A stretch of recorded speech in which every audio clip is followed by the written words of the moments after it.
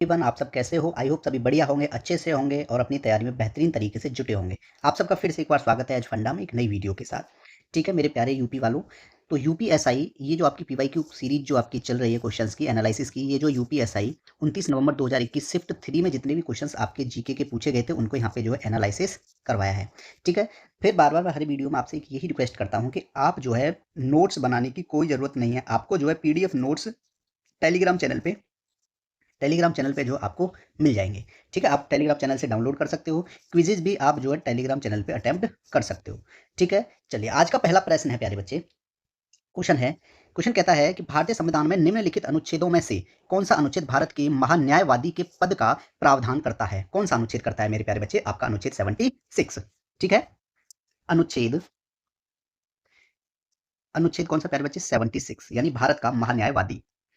भारत का भारत का महान्यायवादी किसमें है ये आपका? ये आपका है मेरे प्यारे बच्चे अनुच्छेद 76। ठीक है, तो ऑप्शन नंबर मेरे प्यारे बच्चे इसका कौन सा? ऑप्शन नंबर जो है सी इसका राइट आंसर है कि अनुच्छेद जो 76 है वो भारत का महान्यायवादी से संबंधित है, यानी भारत के महान्यायवादी के पद का प्रावधान किया गया है अनुच्छेद 76 में। अब मैं बात करूं आपसे 84 की। अनुच्छेद अनुच्छेद 84 की बात करूंगा मैं। अनुच्छेद 84 में क्या दिया गया प्यारे बच्चे? संसद की सदस्यता के लिए अहर्ताएं। संसद की संसद की सदस्यता के लिए संसद की सदस्यता के लिए क्या प्यारे बच्चे? अहर्ता। ठीक है, ये आपके दिए गए अनुच्छेद 84 में। अब मैं बात करूंगा आपसे अनुच्छेद 194। अनुच्छेद ऑप्शन नंबर बी में दिया है ना 194। तो अनुच्छेद 194 में क्या दिया गया प्यारे बच्चे? विधानमंडलों के सदनों की शक्तियों की विशेषाधिकार। ठीक है, विधानमंडलों विधानमंडलों विधानमंडलों के सदनों की शक्तियों विधानमंडल के सदनों की शक्तियों का विशेषाधिकार। ठीक है, ये आपका जो है अनुच्छेद 194 में दिया गया है। अब मैं बात करूंगा यहाँ पे आपका लास्ट ऑप्शन है अनुच्छेद 154। अनुच्छेद 154 क्या कहता है मेरे प्यारे बच्चे? अनुच्छेद 154 कहता है कि जो राज्य है उसकी कार्यपालिका शक्ति, यानी कार्यपालिका शक्ति राज्य की कार्यपालिका शक्ति। ठीक है, ये आपका जो 154 कहता है। 155 क्या कहता है प्यारे बच्चे? राज्यपाल की नियुक्ति। अनुच्छेद 155 155 क्या कहता है? राज्यपाल की नियुक्ति। राज्यपाल की नियुक्ति ठीक है। 157 क्या कहता है प्यारे बच्चे? कि राज्यपाल नियुक्त होने के लिए अहर्ता। अनुच्छेद 156 यानी राज्यपाल नियुक्त होने के लिए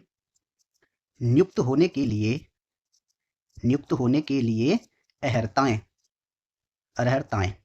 किसमें दिए गए हैं? आपके 156 में दिया गया है। ठीक है, नहीं 156 में राज्यपाल की पदावधि है, ये 157 में है। 157 में 156 की बात करूंगा मैं। अनुच्छेद 156 में क्या दिया गया प्यारे बच्चे? राज्यपाल की पदावधि। ठीक है, राज्यपाल की पदावधि। ठीक है, 156 यहां मैंने लिख दिया, 157 हो गया। 158 में क्या है मेरे प्यारे बच्चे? राज्यपाल के पद के लिए शर्तें। अनुच्छेद 158 राज्यपाल के पद के लिए शर्तें। राज्यपाल के पद के लिए शर्तें। ठीक है, ये आप याद रखेंगे मेरे प्यारे बच्चे। भाग 6 किससे संबंधित है? राज्य से संबंधित है, ये बात आप याद रखेंगे। किसकी बात करूं मैं? ये सब भाग 6 में जो है किससे संबंधित है? आपका राज्य से संबंधित है, जिसमें अनुच्छेद हैं आपके मेरे प्यारे बच्चे 152 से अनुच्छेद 152 से 237। ठीक है, क्लियर है? 237 तक इसमें दिया गया है। ठीक है मेरे प्यारे बच्चे, यानी 237 कहां तक? अध्याय 6 तक खत्म हो जाता है और अध्याय 1 से। ठीक है, प्यारे बच्चे, ऑप्शन नंबर जो है इसका सी राइट आंसर है आपका। ठीक है, नेक्स्ट क्वेश्चन है आपका। क्वेश्चन कहता है कि निम्नलिखित में से कौन सा विकल्प कवक यानी जो फंगल संक्रमण का एक उदाहरण है? तो मेरे प्यारे बच्चे, जो फंगल होते हैं, जो कवक होते हैं, ठीक है, कौन सा विकल्प कवक के संक्रमण का उदाहरण है? तो प्यारे बच्चे कौन सा एक उदाहरण है इसका? इसका जो उदाहरण है किसका? फंगल का। वो क्या है? वो है आपका रिंगवर्म, जिसको हम क्या भी बोल देते हैं? दाद भी बोलते हैं इसको और क्या बोलते हैं हम? जो दाद हो जाते हैं ना शरीर पे। ठीक है, तो ऑप्शन नंबर जो इसका सी राइट आंसर होगा। ठीक है, कवक के कारण क्या होता है मेरे प्यारे बच्चे? ये क्या है? रिंगवर्म एक संक्रामक त्वचा संक्रमण है जो कवक के कारण होता है। किसके कारण होता है? ये दाद कवक के कारण होता है, यानी फंगल के कारण होता है। ठीक है, ये बात याद रखेंगे। मलेरिया एक प्रकार का बुखार है। मलेरिया की बात करूं मैं, मलेरिया क्या है मेरे प्यारे बच्चे? मलेरिया एक प्रकार का बुखार है। ठीक है, मलेरिया एक प्रकार का क्या बुखार है जो किसके द्वारा होता है प्यारे बच्चे? प्लाज्मोडियम परजीवी के कारण। प्लाज्मोडियम प्लाज्मोडियम परजीवी के कारण होता है। प्लाज्मोडियम परजीवी के कारण, प्लाज्मोडियम परजीवी। ठीक है, नेक्स्ट अगर बात करें प्यारे बच्चे, क्या दिया गया है इसमें, मलेरिया के बाद अगर बात करें टिटनेस, किसकी बात कर रहे हैं हम, टिटनेस। अगर टिटनेस के बारे में अगर जानकारी लें तो प्यारे बच्चे क्या होगा, टिटनेस जीवाणु जनित रोग है। ठीक है, क्या है, जीवाणु, जीवाणु द्वारा होता है। ठीक है, नेक्स्ट है आपका प्यारे बच्चे, इसमें क्या दिया गया, रेबीज। रेबीज है, हाँ रेबीज ही तो है, जिसको हम जलांतक भी कहते हैं। ठीक है, रेबीज, कुत्ते के काटने से होती है ना रेबीज की बीमारी जो है। ठीक है, ये कैसी है प्यारे बच्चे, ये विषाणु है। कौन सी बीमारी है, यह एक विषाणु जनित बीमारी है, विषाणु, विषाणु द्वारा होती है। ठीक है, विषाणु द्वारा, और ये जीवाणु द्वारा। ठीक है प्यारे बच्चे, अगर मैं ये कहूं यहां वायरस से होने वाली कौन कौन सी बीमारियां हैं, वायरस से होने वाली बीमारियां, वायरस से होने वाली बीमारियां कौन कौन सी रहेंगी मेरे प्यारे बच्चे, जैसे मैं ये कहूं आपका डेंगू, क्या हो जाएगा, एक तो हो जाएगा डेंगू। ठीक है, और इन्फ्लुएंजा, इन्फ्लुएंजा। ठीक है, wine flu, sorry swine flu, swine flu. ठीक है, और क्या हो जाएगा प्यारे बच्चे, हेपेटाइटिस, हेपेटाइटिस। ये सब कौन सी बीमारी है जो वायरस से होती हैं। ठीक है, क्लियर हुआ। और भी हैं जैसे एड्स, ठीक है, बर्ड फ्लू, बर्ड फ्लू। ठीक है, स्मॉल पॉक्स, स्मॉल पॉक्स। ये सब जो बीमारियां मेरे प्यारे बच्चे किससे होती हैं, ये सब वायरस से होने वाली बीमारियां हैं। ठीक है, तो ऑप्शन नंबर जो आपका सी राइट आंसर था, रिंगवॉर्म यानी जिसको दाद भी कहते हैं, किसके द्वारा होता है, वो फंगल के कारण होता है, कवक के द्वारा। ठीक है प्यारे बच्चे, चलिए नेक्स्ट क्वेश्चन है आपका। क्वेश्चन कहता है प्यारे बच्चे कि घरेलू हिंसा से महिलाओं का संरक्षण अधिनियम वर्ष में अधिनियमित किया गया था। तो मेरे प्यारे बच्चे, घरेलू हिंसा से महिलाओं का संरक्षण अधिनियम किस वर्ष जो है ये पारित किया गया था प्यारे बच्चे, ये 2005 में पारित किया गया था। ठीक है, भारत में जो भी महिलाएं परिवार के भीतर होने वाली किसी प्रकार की हिंसा से पीड़ित हैं, तो संविधान के अधीन जो प्रत्याभूत अधिकारों को अधिकार प्रभावी संरक्षण के तौर पर जो है प्यारे बच्चे, घरेलू हिंसा से महिलाओं का संरक्षण अधिनियम 2005 लागू किया गया था। ठीक है प्यारे बच्चे, तो मेरे प्यारे बच्चे क्या लिखूं मैं, घरेलू, घरेलू, घरेलू हिंसा से महिलाओं का, घरेलू हिंसा से महिलाओं का संरक्षण अधिनियम, संरक्षण अधिनियम 2005। ठीक है, 2005 में जो है ये लागू किया गया था। ठीक है मेरे प्यारे बच्चे, इसके अंदर मैं बात करूंगा मेरे प्यारे बच्चे, कुल इसमें धारा कितनी है, कुल धाराओं की संख्या जो है मेरे प्यारे बच्चे इसमें कितनी है, 37 है। ठीक है, और अगर इसमें अध्याय की बात की जाए, इसमें कितने टोटल अध्याय हैं, इसमें है आपके 5 अध्याय। ठीक है, ये आप याद रखेंगे। अब मैं बात करूंगा यहाँ पे कुछ इनकी इंपोर्टेंट धाराओं की। ठीक है, सबसे पहले बात करूंगा संक्षिप्त नाम विस्तार प्रारंभ, आपके भाग 1 में होते हैं। ठीक है, धारा 3 की बात करूंगा मैं, किसकी बात कर रहा हूँ सबसे पहले यहाँ पे, धारा 3। धारा 3 में क्या किया गया मेरे प्यारे बच्चे, कि घरेलू हिंसा की परिभाषा, घरेलू, घरेलू हिंसा की, घरेलू हिंसा की परिभाषा किसमें दिया गया है, आपका 3 में दिया गया है। ठीक है, मैं बात करूं मेरे प्यारे बच्चे धारा 6 की, इंपोर्टेंट मैं आपको करा देता हूं जो आपके पेपर्स में बार बार रिपीट होते हैं। ठीक है, आश्रय गृहों के कर्तव्य, आश्रय गृहों के, आश्रय गृहों के कर्तव्य। ठीक है, अगर मैं बात करूं यही आपसे धारा 10 की, धारा, धारा 10 में क्या दिया गया आपका प्यारे बच्चे, धारा 10 में दिया गया आपका सेवा प्रदाता, सेवा प्रदाता। ठीक है, अगर मैं बात करूं आपसे 11 की, धारा, धारा 11 में क्या दिया गया मेरे प्यारे बच्चे, सरकार के कर्तव्य, सरकार, सरकार के, सरकार के कर्तव्य आपके धारा 11 में दिए गए हैं। ठीक है, अगर मैं बात करूं कि मजिस्ट्रेट को आवेदन किसमें दिया गया, धारा 12 में, धारा 12 में क्या दिया गया है, मजिस्ट्रेटों को आवेदन, यानी मजिस्ट्रेट, जो मजिस्ट्रेट होते हैं ना उनको क्या करना है, आवेदन करना, मजिस्ट्रेटों को, मजिस्ट्रेट को आवेदन। ठीक है, ये आपका धारा 12 में दिया गया है। वहीं मैं बात करूंगा आपसे धारा 13 की, धारा 13 में क्या दिया गया है, सूचना की तामील, सूचना की, सूचना की तामील किसमें दिया गया है, धारा 13 में दिया गया है। 14 में क्या है आपका, परामर्श है, धारा 14 में क्या दिया गया आपका, परामर्श, परामर्श। ठीक है, मैं बात करूं मेरे प्यारे बच्चे धारा 14 के बाद 18 की बात करता हूं मैं, धारा 18 में क्या दिया गया प्यारे बच्चे, संरक्षण आदेश, संरक्षण, संरक्षण आदेश। ठीक है, ये आपका धारा 18 में दिया गया है। 19 में क्या है प्यारे बच्चे, निवास आदेश, किसकी बात कर रहा हूं मैं अब, धारा 19 की, धारा 19 में क्या दिया गया मेरे प्यारे बच्चे, आप कहोगे सर धारा 19 में आपने बताया निवास आदेश, निवास आदेश। ठीक है। अगर मैं बात करूं प्यारे बच्चे धारा 20 की क्या है, धनीय अनुतोष। धारा 20, धारा 20 किससे संबंधित है आपकी, धनीय अनुतोष, धनीय अनुतोष। ठीक है। अब मैं बात करता हूं आपसे मेरे प्यारे बच्चे धारा 21 की, अभिरक्षा आदेश। धारा 21 किससे संबंधित है आपकी, आपकी धारा अभिरक्षा आदेश, अभिरक्षा आदेश। ठीक है। अगर बात करूं मैं आपसे धारा धारा 22 की, उसमें है प्रतिकर आदेश। क्या दिया गया है आपका, प्रतिकर आदेश, प्रतिकर आदेश। ठीक है प्यारे बच्चे। अधिकारिता की बात करूंगा तो किसमें दिया गया आपका, धारा 27 में। धारा 27 में क्या दिया गया है आपको, अधिकारिता, अधिकारिता। ठीक है प्यारे बच्चे। संज्ञान और सबूत आपके धारा 32 में दिए गए हैं। धारा 32 में क्या दिया गया है आपको, संज्ञान और सबूत। ठीक है। संज्ञान, संज्ञान और सबूत आपके धारा 32 में है। ठीक है। बात करूं मैं यहां पे मेरे प्यारे बच्चे धारा 35 की, धारा 35, धारा 35 में क्या दिया गया मेरे प्यारे बच्चे, सद्भाव पूर्वक की गई कार्रवाई के लिए संरक्षण, सद्भाव पूर्वक, सद्भाव पूर्वक, सद्भाव पूर्वक की गई कार्रवाई के लिए, की गई कार्यवाही के लिए, सद्भाव पूर्वक की गई कार्यवाही के लिए संरक्षण किसमें है आपका, 35 में है। अब बात करेंगे, हमने बताया आपको इसमें कुल धाराएं 37 हैं। अब यहां धारा 37 की ओर बात कर लेते हैं, इंपोर्टेंट है सभी, मैंने आपको लिखा दी है। धारा 37 में क्या दिया गया मेरे प्यारे बच्चे, जो केंद्रीय सरकार है उसकी नियम बनाने की शक्ति। ठीक है। केंद्रीय सरकार की, केंद्रीय सरकार की, केंद्रीय सरकार की नियम बनाने की शक्ति, नियम बनाने की शक्ति किसमें दी गई है ये प्यारे बच्चे, ये आपकी धारा 37 में दी गई है। ठीक है। ये बात याद रखेंगे। इसमें कितने कुल अध्याय कितने बताए मैंने आपको, अध्याय 5 है इसमें, ये आप याद रखेंगे। ठीक है प्यारे बच्चे। ठीक है। इसकी अधिनियम, अधिनियम संख्यांक क्या है इसकी, अधिनियम संख्यांक, अधिनियम संख्यांक ये पेपर में पूछ लिया जाएगा तो क्या रहेगी, 43।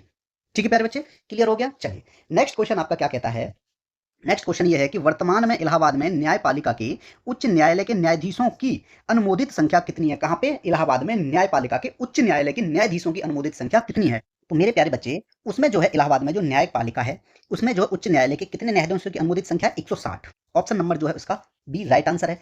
ठीक है। 160 है उसमें, किसकी संख्या है ये, आपके न्यायाधीशों की अनुमोदित संख्या 160 है। अब मैं बात करूंगा मेरे प्यारे बच्चे इलाहाबाद उच्च न्यायालय जो है इसकी स्थापना कब हुई थी, इलाहाबाद उच्च न्यायालय, इलाहाबाद, इलाहाबाद उच्च न्यायालय, इसकी स्थापना मेरे प्यारे बच्चे 17 मार्च 1866 ईस्वी को हुई थी। कब हुई थी, 1866 ईस्वी को, यानी 17 मार्च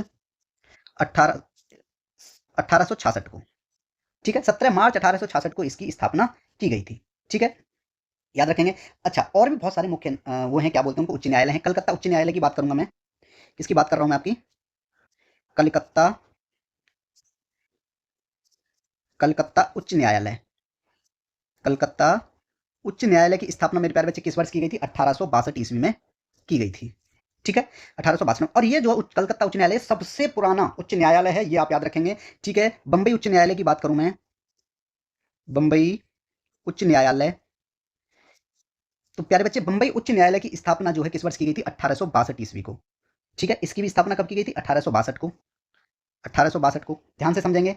एक और है जो 1862 में हुआ था, वो मद्रास उच्च न्यायालय, मद्रास, मद्रास उच्च न्यायालय कब हुई थी प्यारे बच्चे, इसकी भी स्थापना 1862 ईस्वी में। तीनों कलकत्ता, मुंबई और मद्रास, इनकी स्थापना जो है 1862 ईस्वी में हुई थी, लेकिन इलाहाबाद की जो 1866 में हुई थी। ठीक है। गुवाहाटी उच्च न्यायालय की अगर मैं बात कर लेता हूं एक बार, किसकी, गुवाहाटी उच्च न्यायालय, गुवाहाटी उच्च न्यायालय की स्थापना की बात करूंगा तो प्यारे बच्चे ये हुई थी आपकी 1948 ईस्वी में, 1948 में। ठीक है। दिल्ली उच्च न्यायालय 1966 में, दिल्ली उच्च न्यायालय, दिल्ली उच्च न्यायालय, दिल्ली उच्च न्यायालय की स्थापना किस वर्ष की गई थी, ये आपकी हुई थी 1966 में, 1966 ईस्वी में हुई थी। ठीक है। छत्तीसगढ़, झारखंड और उत्तराखंड की बात करूं, इनके न्यायालय 2000 में स्थापित किए गए। आंध्र प्रदेश उच्च न्यायालय कौन सा आपका, आंध्र प्रदेश, आंध्र प्रदेश उच्च न्यायालय, आंध्र प्रदेश उच्च न्यायालय की बात करूं तो ये कब हुआ था प्यारे बच्चे, 2019 में स्थापित किया गया था। ठीक है, अब बात करूंगा मैं एक सीक्वेंस से, कौन कौन। एक तो प्यारे बच्चे आपका छत्तीसगढ़, ध्यान से सुने, एक छत्तीसगढ़, एक झारखंड, कौन सा, झारखंड, और एक और है उत्तराखंड, उत्तराखंड। इनमें जो है प्यारे बच्चे तीनों का उच्च न्यायालय जो है कब स्थापित किया गया, 2000 में, सन 2000 ईस्वी में। ठीक है, ये आप याद रखेंगे। ठीक है, भारत में कुल कितने उच्च न्यायालय हैं प्यारे बच्चे, 25 कुल उच्च न्यायालय। कुल उच्च न्यायालय कहां प्यारे बच्चे, भारत में कितने हैं, 25 हैं। ठीक है, ये आप याद रखेंगे।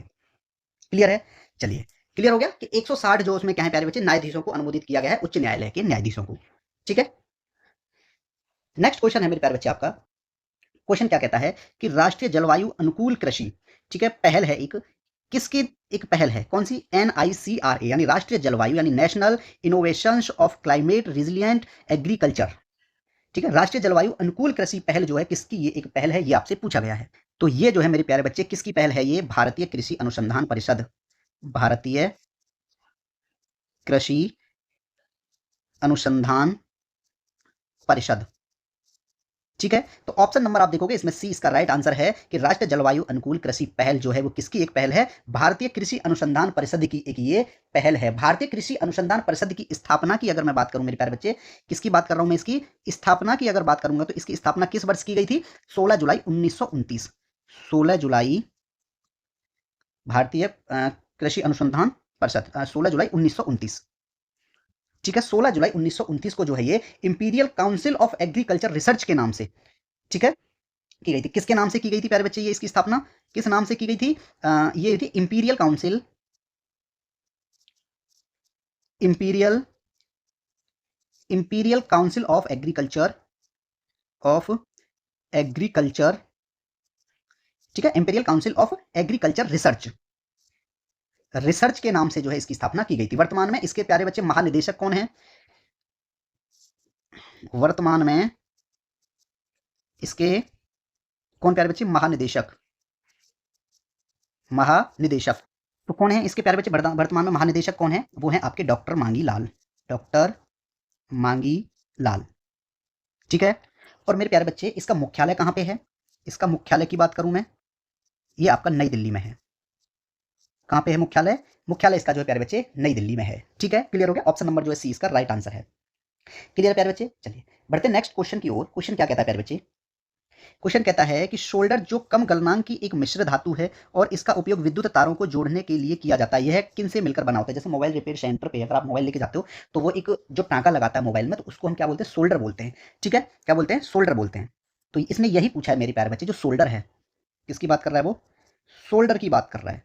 Solder is an alloy of, solder किससे मिलकर बना हुआ है मेरे प्यारे बच्चे, ये जो है शीशा और टिन से मिलकर बना होता है। ठीक है, किससे मिलकर बना होता है, एक तो इसमें होता है प्यारे बच्चे शीशा होता है, और एक क्या होता है, और इसमें एक होता है टिन।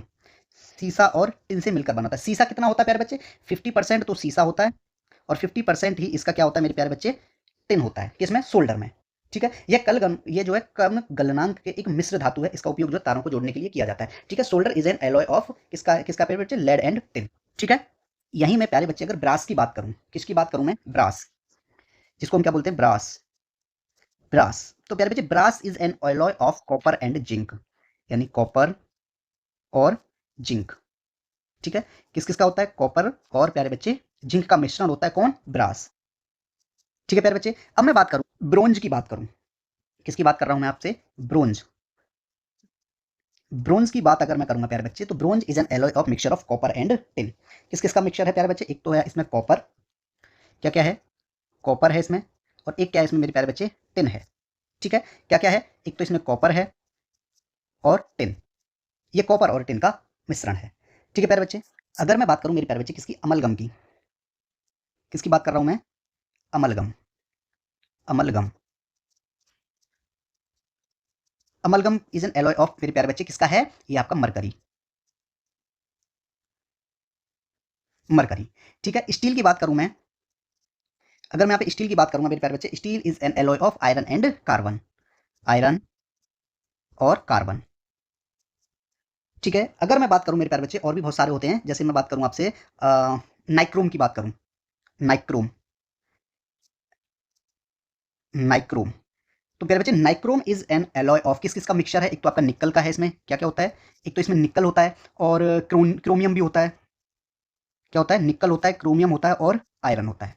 ठीक है, ये तीनों मिक्सचर होती है। ठीक है, शोल्डर के बारे में मैंने आपको बता दिया कि लेड एंड टिन होता है इसमें। ठीक है, स्टील का भी आपको बता दिया, अमलगम का हो गया, ब्रोंज का हो गया, और कुछ रह गया है। ठीक है, ये आप याद रखेंगे।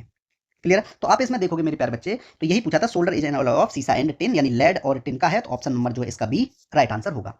ठीक है प्यारे बच्चे, चलिए नेक्स्ट क्वेश्चन क्या कहता है आपका। नेक्स्ट क्वेश्चन प्यारे बच्चे ये कहता है कि किस वर्ष में, ठीक है, सूचना प्रौद्योगिकी अधिनियम 2000 के प्रमुख संशोधनों को आईटी संशोधन के रूप में पेश किया गया था। किस वर्ष जो है मेरे प्यारे बच्चे सूचना प्रौद्योगिकी अधिनियम 2000 के जो प्रमुख संशोधन थे उनको जो है आईटी अधिनियम के रूप में पेश किया गया था। तो ये किया गया था आपका 2008 में। ऑप्शन नंबर जो इसका सी है कि 2008 में जो सूचना प्रौद्योगिकी अधिनियम 2000 के जो प्रमुख संशोधन थे उनको आईटी अधिनियम के रूप में पेश किया गया था। ठीक है प्यारे बच्चे, जिसमें 2009 में धारा 2000, ठीक है, 2008 के रूप में पेश किया। ठीक है, और मेरे प्यारे बच्चे अगर मैं 2009 की बात करूं तो 2009 में कौन कौन सी धारा, 2009 में धारा 2, 3, 4, 5, 6, 7, 8, 9, 10, 11, 12 और 13। ठीक है, इनमें जो है मेरे प्यारे बच्चे 2009 में संशोधित किए गए थे। संशोधित किया किसमें, 2009 में जो इन धाराओं में संशोधित किया गया था। अब मैं सूचना प्रौद्योगिकी अधिनियम 2000 की बात करूं, सूचना सूचना प्रौद्योगिकी सूचना प्रौद्योगिकी अधिनियम 2000। ठीक है मेरे प्यारे बच्चे, मैं सूचना प्रौद्योगिकी अधिनियम 2000 की बात करता हूं।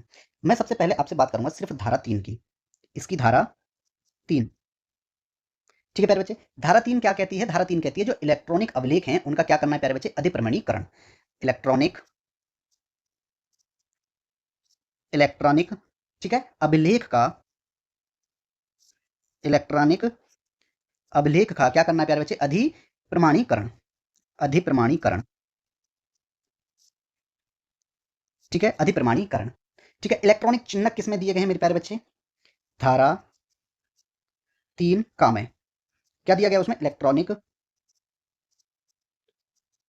क्या क्या दिया गया उसमें, इलेक्ट्रॉनिक चिन्ह। ठीक है, ये इसमें दिए गए आपके धारा 2, धारा 3 का में। ठीक है, बाकी ये सब छोड़ते हुए, ठीक है, इंपॉर्टेंट मैं करा देता हूं आपको धारा 11। अब मैं कराऊंगा आपको धारा, किसकी बात कर रहा हूं मैं आपसे, धारा 11। धारा 11 किससे संबंधित है, जो इलेक्ट्रॉनिक अभिलेख हैं उनका क्या करना, अधिकार लेना उनका, इलेक्ट्रॉनिक अभिलेखों का अधिकार, अभिलेखों का अधिकार। ठीक है, ये आपका धारा 11 में है। मैं बात करूंगा आपसे धारा 12। धारा 12 में क्या दिया गया है प्यारे बच्चे, धारा 12 में है जो प्राप्ति की अभिस्वीकृति, प्राप्ति की अभिस्वीकृति, अभिस्वीकृति। ठीक है, मैं बात करूंगा आपसे प्यारे बच्चे धारा 14 की।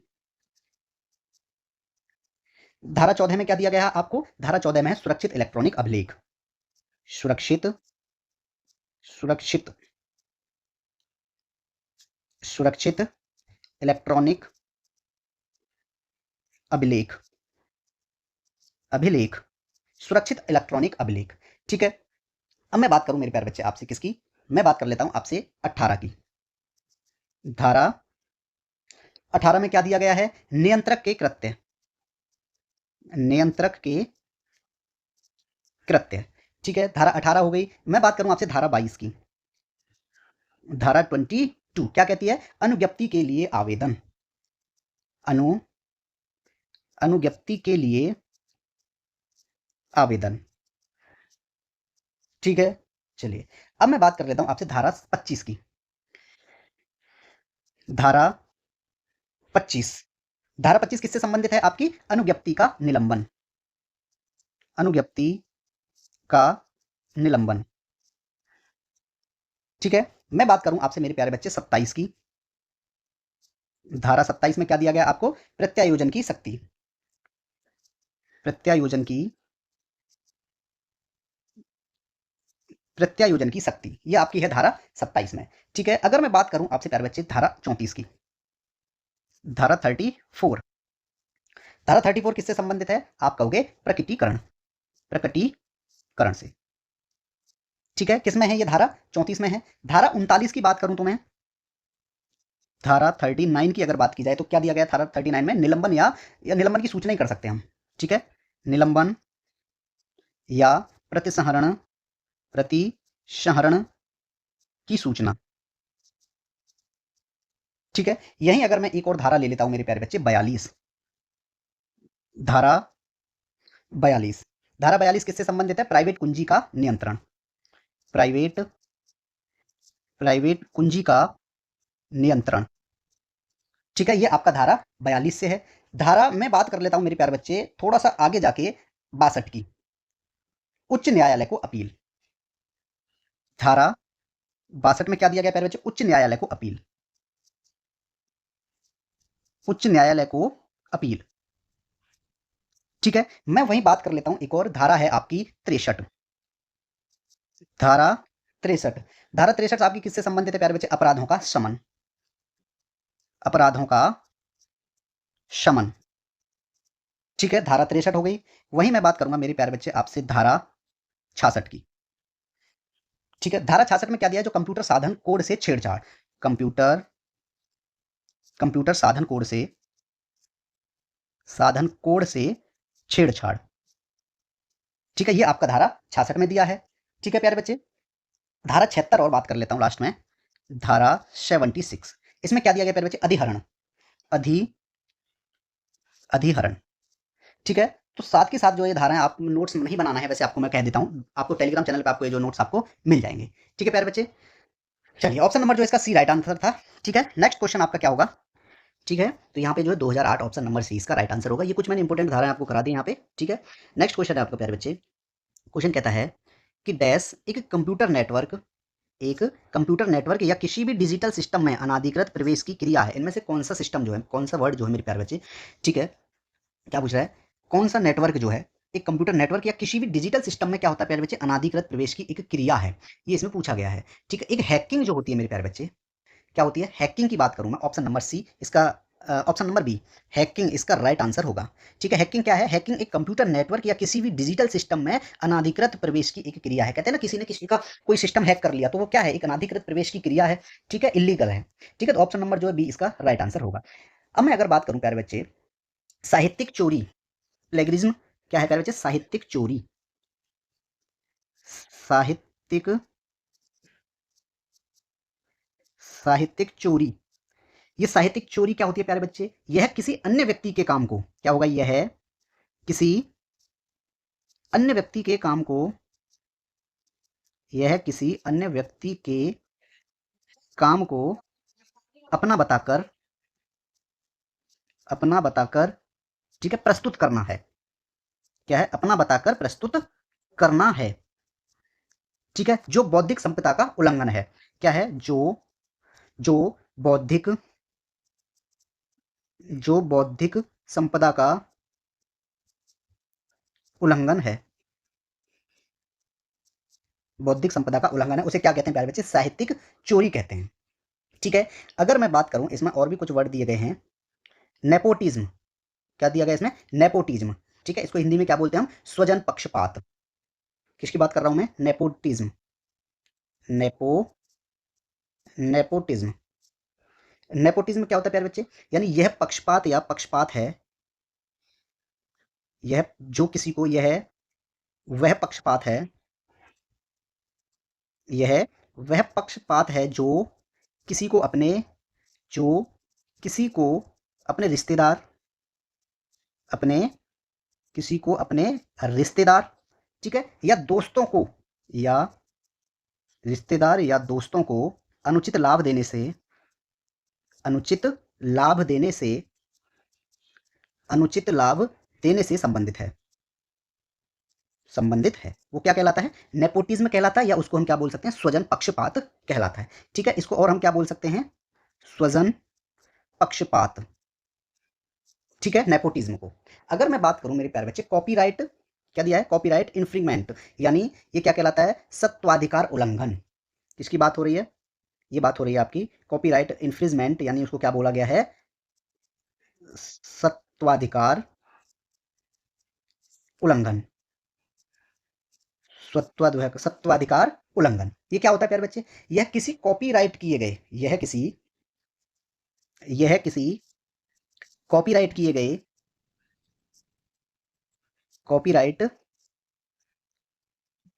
कार्य के मूल किए गए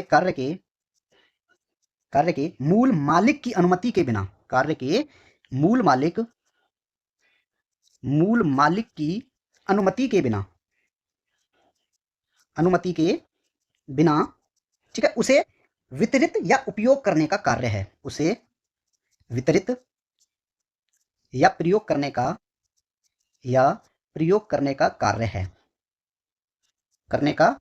कार्य है, उसे क्या कहते हैं प्यारे बच्चे? उसे कहते हैं कॉपीराइट इन्फ्रिंजमेंट।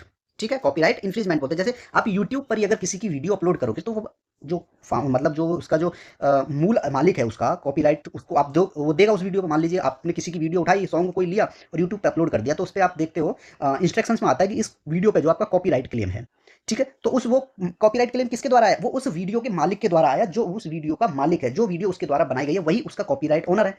ठीक है, तो वो आपके ऊपर कॉपीराइट क्लेम करता है, उसकी जितनी भी इनकम होगी, शोर्स ऑफ होगा उस वीडियो से, वो उस मालिक के पास चला जाएगा जिसकी वह वीडियो थी, जिसने कॉपीराइट क्लेम किया है। ठीक है, क्लियर हो गया? ऑप्शन नंबर जो 20 का राइट आंसर है कि हैकिंग एक कंप्यूटर नेटवर्क या किसी भी डिजिटल सिस्टम में अनाधिकृत प्रवेश की एक क्रिया है। ठीक है, इसे जो है साइबर हैकिंग के रूप में भी जाना जाता है, ये बात आप याद रखेंगे। नेक्स्ट क्वेश्चन है मेरे प्यारे बच्चे आपका, नेक्स्ट क्वेश्चन क्या है? नेक्स्ट क्वेश्चन ये कहता है कि निम्नलिखित में से किस संगठन द्वारा व्यापार और विकास रिपोर्ट जारी की जाती है? ठीक है, कि इनमें से जो कौन सा संगठन है जो व्यापार और विकास रिपोर्ट जारी करता है? तो मेरे प्यारे बच्चे वो आपका व्यापार एवं विकास पर संयुक्त राष्ट्र सम्मेलन, United Nations of conference and trade and development. Option number जो है प्यारे बच्चे इसका सी राइट आंसर होगा। ठीक है, तो मेरे प्यारे बच्चे, ठीक है, United nation conference and trade and development, ठीक है, ये जो एक रिपोर्ट जारी करता है, किसकी? व्यापार और विकास रिपोर्ट जारी करता है। ठीक है, अब मैं बात करूंगा, इसी को शॉर्ट में हम क्या लिख देते हैं प्यारे बच्चे? UNCTAD, UNCTAD, टेड भी बोलते हैं इसको, यूएनसी, देखो UNCTAD। ठीक है, इसका मुख्यालय कहाँ है प्यारे बच्चे? जिनेवा, स्विट्जरलैंड में है। कहाँ पे है इसका? Geneva Switzerland. ठीक है, जिनेवा में है, ये बात याद रखेंगे। और मैं बात करूं प्यारे बच्चे यूएन की, यूनाइटेड नेशंस का मुख्यालय कहाँ पे है? यूनाइटेड नेशंस का मुख्यालय कहाँ है? न्यूयॉर्क शहर में है। कहाँ पे है? न्यूयॉर्क में है, न्यूयॉर्क। ठीक है, और मैं बात करता हूं आपसे मेरे प्यारे बच्चे इकोसोक, ECOSOC, इसका मुख्यालय कहाँ पे है? न्यूयॉर्क में है। ये भी कहाँ पे है? न्यूयॉर्क में है। ठीक है, और मैं बात करूं संयुक्त राष्ट्र ट्रस्टीशिप काउंसिल, ये भी कहाँ पे है? ये आपका जो है मेरे प्यारे बच्चे, अगर इसका मुख्यालय देखा जाए तो शायद गठन तो इसका 1945 में हुआ था। ठीक है, चलिए, और भी हैं, बहुत सारे हैं। जैसे मैं बात करूं WFP, ठीक है, वर्ल्ड फूड प्रोग्राम, कहाँ पे है? रोम में है, इटली, रोम, इटली। ठीक है, और मैं बात करूं मेरे प्यारे बच्चे, ये मैंने आपको बता दिया अनटेड का। ठीक है, और बात करें हम यूएनडीपी, यूएनडीपी का मुख्यालय कहाँ है प्यारे बच्चे? ये भी आपका न्यूयॉर्क में है। ये भी कहाँ है आपका? न्यूयॉर्क में है यूएनडीपी का। ठीक है, यूएनएफपीए, यूएनएफपीए, इसका मुख्यालय कहाँ है मेरे प्यारे बच्चे? न्यूयॉर्क में है, इसका भी मुख्यालय कहाँ है? ये भी जो आपका न्यूयॉर्क में है। और भी बहुत सारे हैं। यूनेप का मुख्यालय कहाँ है? ये नैरोबी में है, केन्या, नैरोबी केन्या। ठीक है, और बात करें हम आईटीयू, आईटीयू का मुख्यालय कहाँ पे है? ये जिनेवा में है। कहाँ पे है? जिनेवा में है। ILO, ठीक है, देखो मैं लिख देता हूँ, एक मिनट, ILO, ठीक है, ILO, इन दोनों का मुख्यालय कहाँ पे है? जिनेवा में है। दोनों का मुख्यालय कहाँ पे प्यारे बच्चे? जिनेवा में है। ठीक है, IMF की बात करूं मैं, वाशिंगटन DC, IMF कहाँ पे है? Washington DC। ठीक है, और भी मुख्यालय हैं बहुत सारे। यूनेस्को, इसका मुख्यालय कहाँ पे है? पेरिस, फ्रांस में है। कहाँ पे है? Paris, France. ठीक है, और बात कर लेता हूं मैं world bank, world bank world bank का मुख्यालय कहाँ है? इसका भी मुख्यालय जो है वाशिंगटन DC में है, वाशिंगटन DC। ठीक है, और FAO, किसकी बात कर रहा हूं मैं? FAO, इसका मुख्यालय कहाँ है? FAO का, इसका रोम, इटली में है। ठीक है, और AO, ICAO, ICAO, इसका मुख्यालय कहाँ है प्यारे बच्चे? इसका मुख्यालय है कनाडा में। कहाँ पर? मॉन्ट्रियल। कहाँ पे? मॉन्ट्रियल। मॉन्ट्रियल कहाँ पे? कनाडा। ठीक है, बहुत सारे मुख्यालय हैं, आप याद रखेंगे। ठीक है, अब मैं बात करूं मेरे प्यारे बच्चे, WMO, ये भी जिनेवा में है, WMO। ठीक है, और क्या जुड़ जाएगा इसमें? WMO। ठीक है, इसका भी मुख्यालय कहाँ पे है? जिनेवा में है। ठीक है, WHO, ये भी कहाँ पे है? वहीं पे है। WHO भी जिनेवा में है। ठीक है, और मैं बात करूं मेरे प्यारे बच्चे, IFC वाशिंगटन में है। किसकी बात कर रहा हूं मैं? IFC, इसका मुख्यालय कहाँ है? वाशिंगटन में। वाशिंगटन कहाँ पे है? वाशिंगटन में है। ठीक है, IAEA, IAEA, इसका मुख्यालय कहाँ पे है? इसका मुख्यालय है प्यारे बच्चे वियना में। वियना, वियना कहाँ पे? ऑस्ट्रिया। ऑस्ट्रिया। ठीक है, क्लियर है? तो इसमें जो ऑप्शन नंबर सी इसका राइट आंसर था। United Nations conference on trade and development, जो मेरे प्यारे बच्चे क्या करता है? व्यापार और विकास की रिपोर्ट जारी करता है। ऑप्शन नंबर सी इसका राइट आंसर था। ठीक है प्यारे बच्चे, नेक्स्ट क्वेश्चन क्या कहता है? नेक्स्ट क्वेश्चन कहता है, भारतीय संविधान के किस अनुच्छेद में जो है उल्लिखित है क्या कि राष्ट्रपति को सहायता एवं सुझाव देने के लिए एक मंत्री परिषद होगी जिसके शीर्ष पर प्रधानमंत्री होंगे। ठीक है, तो मेरे प्यारे बच्चे ये जो आपका दिया गया अनुच्छेद 74 में, अनुच्छेद 74 ऑप्शन नंबर 20 का राइट आंसर है। अनुच्छेद 74 जो राष्ट्रपति को सहायता और सलाह देने के लिए एक मंत्री परिषद ये कहा गया है। ठीक है, मंत्री परिषद से रिलेटेड ऑप्शन नंबर 20 का राइट आंसर है 74। अब मैं यहाँ बात करूंगा प्यारे बच्चे, आपका ऑप्शन नंबर ए दिया आपका 64 अनुच्छेद। ठीक है, ऑप्शन तो बता दिया कि ऑप्शन नंबर 20 आर्टिकल नंबर जो 74 में दिया गया है कि राष्ट्रपति क्या दिया? राष्ट्रपति को सहायता और सलाह देने के लिए मंत्री परिषद। अब मैं बात करता हूं अनुच्छेद 64 ऑप्शन नंबर आपका ए दिया गया है। अनुच्छेद 64 क्या कहता है प्यारे बच्चे? जो उपराष्ट्रपति है उसका राज्यसभा का क्या बोलते हैं उसको? पदेन सभापति होना। उपराष्ट्रपति का क्या दिया गया है उसमें? उपराष्ट्रपति का,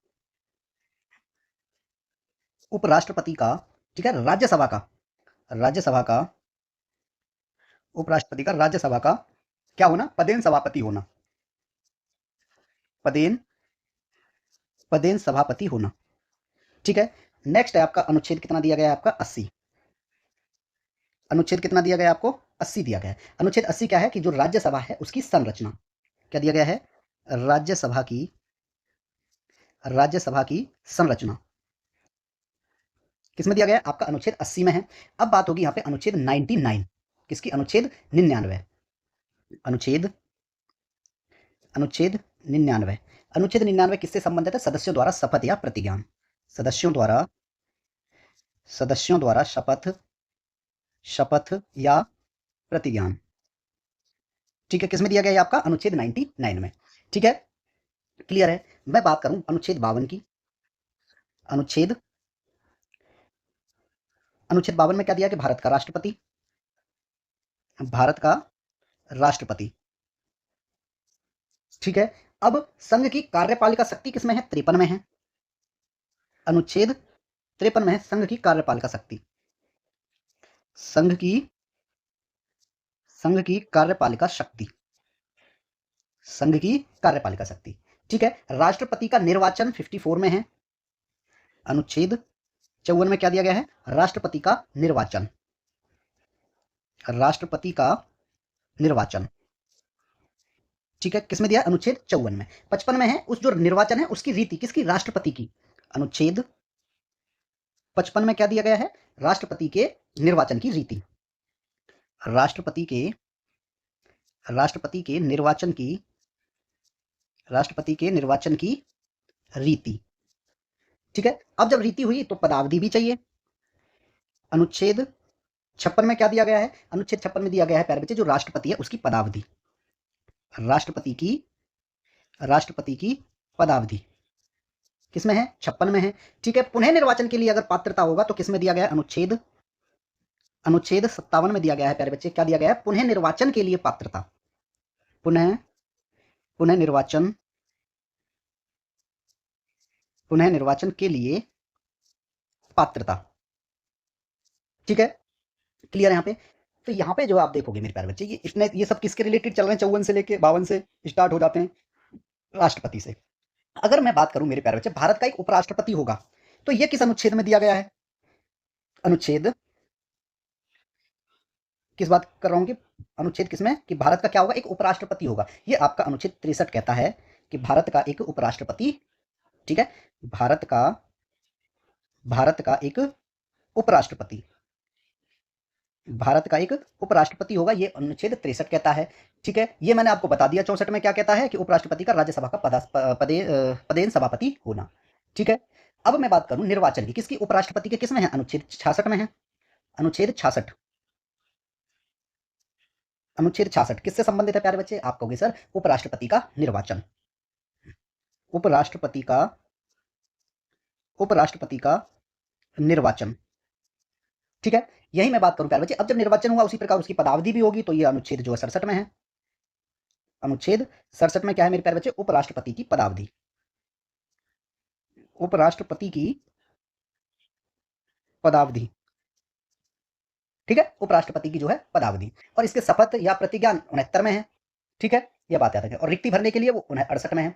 मैं बात करूं, थोड़ा सा मैं आ गया 110 में, क्या है, थोड़ा सा हट गया मैं। ठीक है, अनुच्छेद 110 में क्या है, आप कहोगे सर धन विधेयक, क्या है, धन विधेयक है 110 में। ठीक है, 112 की बात करूं मैं, अनुच्छेद 112, 112 में क्या है भाई, आप कहोगे सर 112 में तो जो है जो वार्षिक वित्तीय विवरण है, वार्षिक, वार्षिक वित्तीय विवरण, वार्षिक वित्तीय विवरण जो है आपका 112 में है। लेकिन 111 रह गया बीच में, तो उसमें क्या दिया गया है, विधेयकों पर अनुमति। अनुच्छेद, इसकी बात कर रहे हैं हम, अनुच्छेद 111 क्या दिया गया उसमें, विधेयकों पर अनुमति, विधेयकों पर अनुमति। ठीक है, ये बात याद रखेंगे। मैं बात करूं प्यारे बच्चे अनुच्छेद 113 की, अनुच्छेद 113 में क्या दिया गया है, अनुच्छेद 113, तो अनुच्छेद 113 प्यारे बच्चे किससे संबंधित है, आप कहोगे सर जो संसद में प्राक्कलनों के संबंध में प्रक्रिया, संसद में, संसद में, ठीक है, प्राक्कलनों, प्राक्कलनों के संबंध में प्रक्रिया। ठीक है, क्लियर हो गया। तो यहाँ पे जो ऑप्शन नंबर आपका बी राइट आंसर था। आर्टिकल नंबर 74 क्या कहता है कि राष्ट्रपति को सहायता एवं सुझाव के लिए एक क्या होगा, मंत्री परिषद होगा। ये आपका भारतीय संविधान का अनुच्छेद 74 कहता है। ठीक है प्यारे बच्चे, नेक्स्ट क्वेश्चन क्या है मेरे प्यारे बच्चे आपका, ये नेक्स्ट क्वेश्चन ये कहता है कि मोटर वाहन संशोधन अधिनियम 2019 के तहत नए यातायात नियमों के अनुसार बीमा के बिना गाड़ी चलाने पर जो है कितने रुपए का जुर्माना लगाया जाएगा। तो मेरे प्यारे बच्चे, अगर जो है यातायात नियमों के अनुसार अगर बिना बीमा की गाड़ी आप चलाओगे, किसके बोला है उसने, बिना बीमा के गाड़ी चलाना, बिना बीमा के, बिना बीमा के गाड़ी चलाना, उसमें आपको कितना जुर्माना भोगना पड़ेगा प्यारे बच्चे, उसमें जो मोटर वाहन अधिनियम 2019 के तहत मेरे प्यारे बच्चे आपको जो है 2000 रुपए का, कितने रुपए का, 2000 रुपए का जो है आपको जुर्माना भोगना पड़ेगा, अगर आपके पास इंश्योरेंस नहीं है किसी भी गाड़ी का। ठीक है, मैं मान लिया, तो इसमें क्या है मेरे प्यारे बच्चे, 2000 ऑप्शन नंबर ए इसका राइट आंसर होगा, ऑप्शन नंबर ए इसका राइट आंसर होगा। मैं एक चीज कह लेता हूं कि आप बाइक चला रहे हैं, क्या चला रहे हैं आप, बाइक चला रहे हैं, लेकिन उस पर आपने हेलमेट नहीं पहना है, हेलमेट नहीं पहनने पर कितना होगा, हेलमेट, हेलमेट नहीं पहनने पर, हेलमेट नहीं पहनने पर अब जुर्माना कितना होगा प्यारे बच्चे, अब कहोगे सर अब तो जुर्माना 1000 रुपए का होगा और 3 माह के लिए लाइसेंस भी निलंबित होगा। जुर्माना कितना रहा, 1000 रुपए का, तो उसके प्यारे बच्चे क्या लगा, जुर्माना लगा। और क्या हो सकता है कि 3 महीने के लिए लाइसेंस जो है उसका निलंबित हो सकता है, और क्या हो सकता है, 3 महीने के लिए, 3 महीने के लिए प्यारे बच्चे क्या होगा उसका लाइसेंस, 3 महीने के लिए क्या हो सकता है, लाइसेंस जो उसका निलंबित हो सकता है, 3 महीने के लाइसेंस निलंबित होगा। अब आप कार तो चला रहे हैं लेकिन आपके पास ड्राइवरी लाइसेंस नहीं है। ठीक है, बिना, बिना ड्राइविंग लाइसेंस के, बिना ड्राइविंग लाइसेंस के, ठीक है, ड्राइविंग करना, बिना लाइसेंस के ड्राइविंग करना,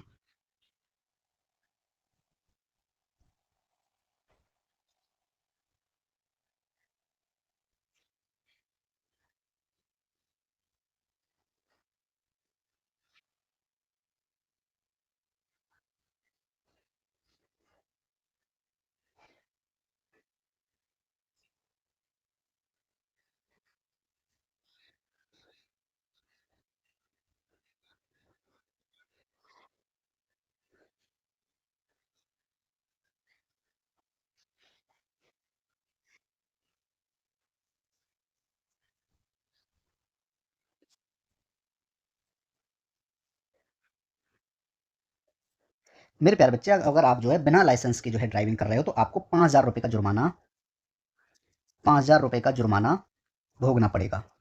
ठीक है। अगर मैं बात करूं मेरे प्यारे बच्चे, आप जो है कार चला रहे हो लेकिन बिना सीट बेल्ट के, बिना सीट बेल्ट, ठीक है, बिना सीट बेल्ट के ड्राइविंग करना, ड्राइविंग करना, अगर आप बिना सीट बेल्ट के कोई भी ड्राइविंग करते हो कार में, तो मेरे प्यारे बच्चे आपको 1,000 रुपये का जुर्माना, 1,000 रुपये का जुर्माना लगेगा। ठीक है मेरे प्यारे बच्चे। ठीक है।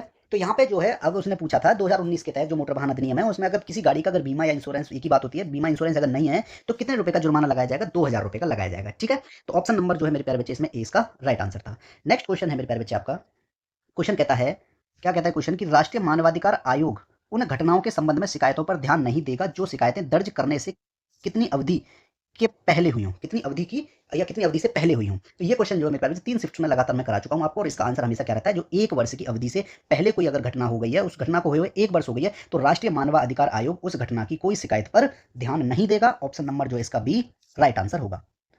ठीक है मेरे प्यारे बच्चे। ठीक है। इसमें क्या होता है कि राष्ट्रीय मानवाधिकार आयोग में व्यक्ति अपनी शिकायत ऑनलाइन दर्ज करा सकता है। ठीक है। मैं ये बात कहूं मेरे प्यारे बच्चे, क्या है ये? एनएचआरसी एक्ट है। NHRC, NHRC national human right commission, इसका गठन कब हुआ था मेरे प्यारे बच्चे? तो इसका जो गठन हुआ था वो 12 अक्टूबर 1993 को हुआ था। 12 अक्टूबर 1993 को जो है इसका गठन किया गया था। ठीक है, 12 अक्टूबर 1993। मानवाधिकार संरक्षण अधिनियम 1993 के नाम से इसको जो है जाना जाता है। ठीक है मेरे प्यारे बच्चे। अगर मैं इसकी बात करूं, इसमें वर्तमान में अध्यक्ष कौन है इसके? वर्तमान में अध्यक्ष कौन है इसके? तो मेरे प्यारे बच्चे इसके जो वर्तमान में अध्यक्ष हैं वो हैं आपके न्यायमूर्ति वी राम सुब्रमण्यम, न्यायमूर्ति वी, ठीक है, राम सुब्रमण्यम। ठीक है। राष्ट्रीय मानवाधिकार आयोग यानी एनएचआरसी के प्रथम अध्यक्ष कौन थे प्यारे बच्चे? किसकी बात कर रहा हूं मैं यहाँ पे? प्रथम अध्यक्ष, प्रथम, इसके प्रथम अध्यक्ष कौन थे? न्यायमूर्ति रंगनाथ मिश्रा। कौन थे? न्यायमूर्ति रंगनाथ, रंगनाथ मिश्रा। ठीक है, ये एनएचआरसी के प्रथम अध्यक्ष थे। ठीक है प्यारे बच्चे, ये आप याद रखेंगे। ठीक है। चलिए, ऑप्शन नंबर जो है इसका भी राइट आंसर है। ठीक है। मैं ये बात करूं मेरे प्यारे बच्चे, इसमें एनएचआरसी के अंदर ही, इसके अंदर की बात कर रहा हूं मैं, एनएचआरसी यानी नेशनल ह्यूमन राइट कमीशन के अंदर मेरे प्यारे बच्चे, इसमें जो है कुल 6 क्या होते हैं? कुल 6 सदस्य होते हैं। आयोग भारतीय केंद्रीय मानवाधिकार संस्था, इसमें कुल 6 यानी एक अध्यक्ष होता है। इसमें कौन होता है? इसमें एक तो होता है मेरे प्यारे बच्चे अध्यक्ष, एक क्या होता है? अध्यक्ष, और इसमें 5 क्या होते हैं? सदस्य होते हैं। 5 क्या होते हैं? सदस्य होते हैं। ठीक है, ये क्वेश्चन पूछ लिया जाता है कि एनएचआरसी में कितने सदस्य होते हैं और कितने अध्यक्ष होते हैं। एक अध्यक्ष होता है और 5 जो इसके सदस्य होते हैं। ठीक है, ये आप याद रखेंगे। और इसके बारे में मैं क्या बताऊं आपको, हाँ, राष्ट्रीय मानवाधिकार आयोग जो है ये, एनएचआरसी दिवस कब मनाया जाता है मेरे प्यारे बच्चे? मानवाधिकार दिवस कब मनाया जाता है? मानवाधिकार, मानवाधिकार दिवस, मानवाधिकार दिवस जो मेरे प्यारे बच्चे प्रत्येक वर्ष 10 दिसंबर को मनाया जाता है। 10 दिसंबर को मनाया जाता है NHRC national human right commission day. ठीक है, मानवाधिकार दिवस दिवस जो है 10 दिसंबर को मनाया जाता है। ठीक है, क्लियर है? अब मैं बात करूं मेरे प्यारे बच्चे, तो इसमें जो है option number B right answer है इसका। ठीक है, यह बात याद रखें। नेक्स्ट क्वेश्चन क्या कहता है मेरे प्यारे बच्चे आपका? नेक्स्ट क्वेश्चन ये कहता है कि वायुमंडल की सबसे बाह्य परत कौन सी है जो धीरे धीरे बाह्य अंतरिक्ष में विलीय हो जाती है? ये ठीक है, outer most layer of the atmosphere that gradually merge with the outer space. तो वो कौन सी एटमोस्फेयर है, ये इसमें पूछा है मेरे प्यारे बच्चे। उसको हम क्या कहते हैं? एक्सोस्फेयर कहते हैं, और हिंदी में बात करेंगे तो हम बहिर्मंडल। ऑप्शन नंबर जो है सी इसका राइट आंसर है।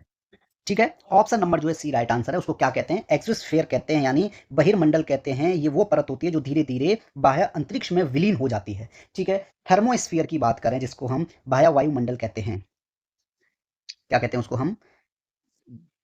बाह्य वायुमंडल, वायुमंडल, जिसको क्या कहते हैं हम? थर्मोस्फीयर। ये कौन सी परत होती है प्यारे बच्चे? वायुमंडल की वह परत है जो मध्यमंडल के ऊपर, जो मध्यमंडल के ऊपर, जो मध्यमंडल के ऊपर, ठीक है, और बहिर्मंडल, और बहिर्मंडल के नीचे होती है, नीचे होती है। ठीक है, क्या होती है? ये मध्यमंडल के तो ऊपर होती है लेकिन बहिर्मंडल के नीचे होती है। तो वो परत कौन सी कहलाती है आपकी? वो परत कहलाती है मेरे प्यारे बच्चे आपकी थर्मोस्फीयर कहते हैं उसको। ठीक है, क्या कहते हैं? वायुमंडल।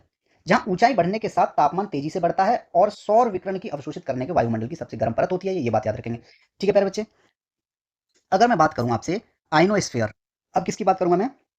आयनोस्फीयर यानी आयन मंडल। आयन मंडल, आयन मंडल, ये क्या होता है प्यारे बच्चे? पृथ्वी के ऊपर वायुमंडल का एक हिस्सा है। यह पृथ्वी के ऊपर, यह पृथ्वी के ऊपर वायुमंडल का एक हिस्सा है। वायुमंडल का एक हिस्सा है, वायुमंडल का एक हिस्सा है जो सूर्य से आने वाली, जो सूर्य से आने वाली, सूर्य से आने वाली जो अल्ट्रावायलेट रेज होती हैं उनको क्या बोलते हैं? पराबैंगनी, पराबैंगनी और एक्स रे किरणों, एक्स रे किरणों के कारण, एक्स रे किरणों के कारण क्या हो जाता है मेरे प्यारे बच्चे? आयनित हो जाता है, आयनित हो जाता है। ठीक है, इस परत में मेरे प्यारे बच्चे आयन और इलेक्ट्रॉन प्रचुर मात्रा में होते हैं। ठीक है, क्या क्या पाया जाता है इसमें? आयन होते हैं और आपके इलेक्ट्रॉन होते हैं। ठीक है, ये इसमें जो प्रचुर मात्रा में पाए जाते हैं। ठीक है, जिसके कारण क्या होता है प्यारे बच्चे? विद्युत का संचालन होता है। ठीक है, अब किसकी बात करूंगा मैं प्यारे बच्चे? अब मैं बात करूंगा मध्यमंडल। ठीक है, मेसोस्फीयर, मध्यमंडल। ठीक है, पृथ्वी के वायुमंडल की एक परत है जो समताप मंडल, यह है समताप मंडल, समताप मंडल। और किसकी बात करूंगा मैं? यानी स्टेरेटोस्फेयर हो गया ये तो, के ऊपर होती है, समताप मंडल के तो ऊपर होती है प्यारे बच्चे ये परत, लेकिन ताप मंडल के नीचे होती है, के ऊपर और ताप मंडल के नीचे, ताप मंडल के नीचे। ठीक है, नीचे स्थित होती है, ताप मंडल के नीचे स्थित होती है, उसे क्या कहते हैं हम? मध्यमंडल कहते हैं। ठीक है, ये बात याद रखेंगे आप। क्लियर है? चलिए, तो इसमें जो है मेरे प्यारे बच्चे एक्सोस्फीयर यानी बहिर्मंडल इसका राइट आंसर था, जो धीरे धीरे क्या होता है? बहिर्मंडल बाह्य अंतरिक्ष में विलीय हो जाता है, आउटर स्पेस में। ठीक है, क्लियर हो गया। नेक्स्ट क्वेश्चन है मेरे प्यारे बच्चे आपका, क्वेश्चन क्या कहता है? क्वेश्चन ये कहता है कि भारतीय संविधान के अनुसार निम्नलिखित में से कौन सा एक मौलिक अधिकार नहीं है? ठीक है, कौन सा एक जो है मेरे प्यारे बच्चे मौलिक अधिकार नहीं है? ठीक है, तो इसमें सबसे पहले दिया गया राइट टू प्रॉपर्टी, संपत्ति का अधिकार नहीं मेरे प्यारे बच्चे, संपत्ति का अधिकार नहीं है एक मौलिक अधिकार, संपत्ति का अधिकार जो है एक मौलिक अधिकार नहीं है। ठीक है, तो ऑप्शन नंबर ए ही इसका राइट आंसर होगा। ठीक है मेरे प्यारे बच्चे, संपत्ति का अधिकार, संपत्ति का अधिकार। ठीक है, ये जो संपत्ति का अधिकार है मेरे प्यारे बच्चे, ये पहले संपत्ति का अधिकार था, पहले 6 अधिकार दिए गए थे। ठीक है, नहीं 7 थे। ठीक है, एक इनमें से हटा दिया था, तो ये जो है संपत्ति का अधिकार मेरे प्यारे बच्चे हटा दिया गया था। पहले संपत्ति का अधिकार एक क्या था? ये जो है आपका एक मौलिक अधिकार था, लेकिन प्यारे बच्चे 1978 में 44वें संविधान संशोधन द्वारा इसको जो है एक विधिक अधिकार बना दिया गया था। ठीक है, संपत्ति का अधिकार जो मेरे प्यारे बच्चे 44वें संविधान संशोधन द्वारा, 44वें संविधान, 44वें संविधान संशोधन द्वारा, 44वें संविधान संशोधन द्वारा, ठीक है, 44वें संविधान संशोधन द्वारा मौलिक अधिकार के रूप में हटा दिया गया। संविधान संशोधन द्वारा मौलिक, मौलिक अधिकार से हटाकर, मौलिक अधिकार से हटाकर अनुच्छेद 301 के अंतर्गत या 301 के तहत इसे क्या बना दिया गया था मेरे प्यारे बच्चे? इसे एक विधिक अधिकार बना दिया गया था, इसे विधिक अधिकार बना दिया गया था, विधिक अधिकार, इसे क्या बना दिया गया था? एक विधिक अधिकार बना दिया गया, बना दिया गया था। कब? 44वें संविधान संशोधन द्वारा। और वो कब हुआ था संविधान संशोधन? 1978 में, 1978 द्वारा। ठीक है, ठीक है, प्रेजेंट में जो है मेरे प्यारे बच्चे मौलिक अधिकार कितने हैं? 6 हैं मौलिक अधिकार आपके, कितने हैं? 6 मौलिक अधिकार हैं आपके। कौन कौन से हैं वो 6 अधिकार आपके? एक तो है समानता का अधिकार,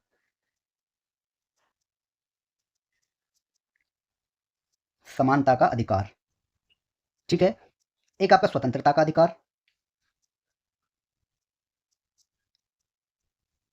स्वतंत्रता का अधिकार, शोषण के विरुद्ध अधिकार, शोषण के विरुद्ध अधिकार, ठीक है, 3 हो गए।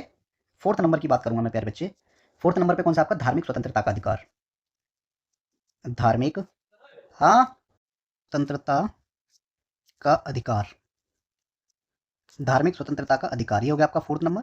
5 की बात करूंगा तो है आपका सांस्कृतिक और शैक्षिक अधिकार, सांस्कृतिक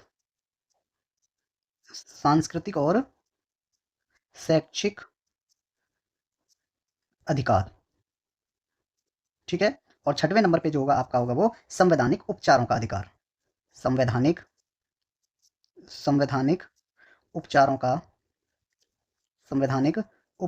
का अधिकार, ठीक है। ये आप याद रखेंगे। तो आपके मौलिक अधिकार 6 हैं, ठीक है। संपत्ति का अधिकार जो है 7वां था, लेकिन 44वें संविधान संशोधन 1970 द्वारा मौलिक अधिकार से हटाकर अनुच्छेद 300A के तहत इसे एक विधिक अधिकार घोषित कर दिया गया था, ठीक है। Option number A right answer है कि संपत्ति का अधिकार एक मौलिक अधिकार अब नहीं है, ठीक है।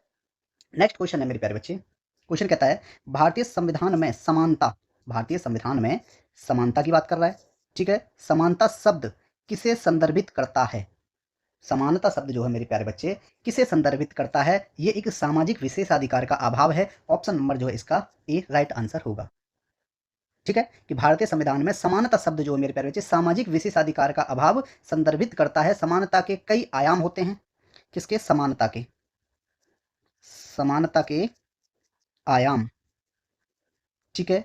औपचारिक समता या निरपेक्ष समानता, मैं ये कहूँ मेरे प्यारे बच्चे कौन सा, किसकी बात कर रहा हूँ मैं बात कर रहा हूँ आपसे कि समानता के क्या बताया मैंने? आयाम।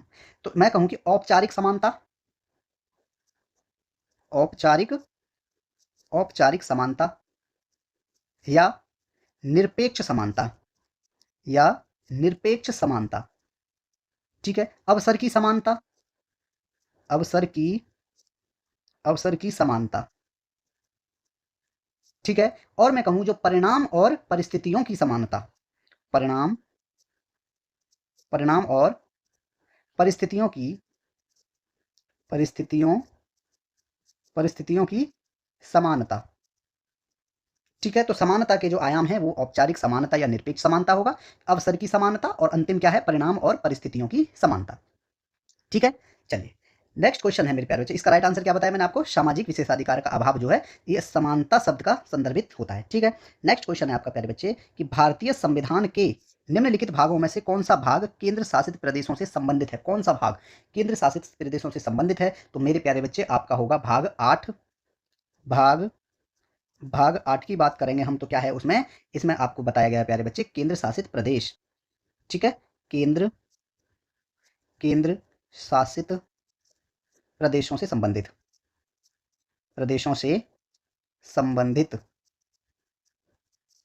ठीक है। भाग कौन सा है आपका? 8, ठीक है। भाग में किसकी बात कर रहा हूं प्यारे बच्चे? 4 की बात करूं मैं। 4A दिया है आपका। नेक्स्ट ऑप्शन क्या दिया है प्यारे बच्चे? पहला ऑप्शन दिया आपका भाग 4A।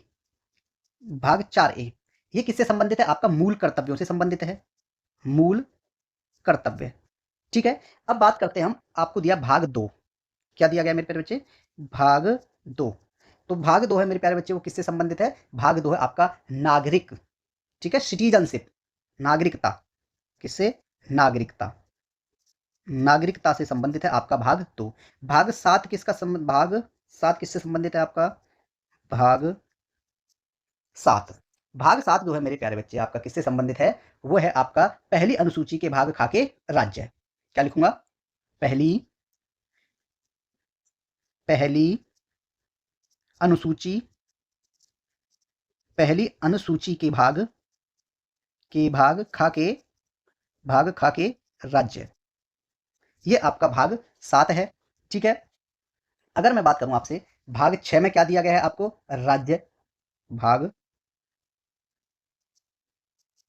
6 में क्या है आपके? राज्य से संबंधित, ठीक है। क्लियर हुआ? और अगर मैं बात करूं मेरे प्यारे बच्चे आपका भाग 5 बता दिया ना?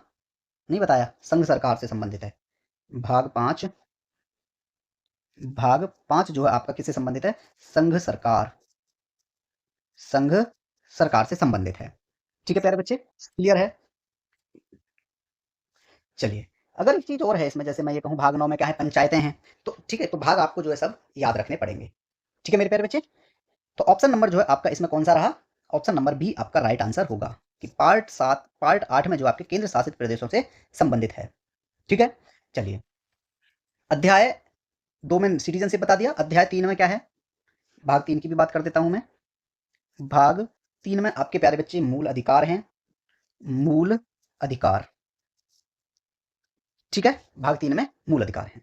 क्लियर हुआ? चलिए, नेक्स्ट क्वेश्चन है आपका प्यारे बच्चे, क्वेश्चन कहता है CRZ का अर्थ क्या है? CRZ, तो मेरे प्यारे बच्चे जो CRZ किसके बारे में पूछा? CRZ, तो इसमें होगा कोस्टल, क्या होगा? Coastal regulation, coastal regulation zone, ठीक है। अगर मैं बात करूं प्यारे बच्चे फोमो, FOMO, इसकी फुल फॉर्म क्या होगी फोमो की? यानी fear of missing out, fear of missing out, ठीक है। अगर बात करूं मैं प्यारे बच्चे गैट, GATT, क्या होगी इसकी फुल फॉर्म? इसकी फुल फॉर्म होगी प्यारे बच्चे general agreement on tariff and trade, general general agreement on tariff, tariffs and trade, ठीक है। ये बात याद रखेंगे आप, ठीक है। और भी हैं, और भी बहुत सारी होती है, जैसे मैं बात करूं VGA, किसकी बात कर रहा हूं मैं? VGA, VGA की फुल फॉर्म क्या होगी प्यारे बच्चे?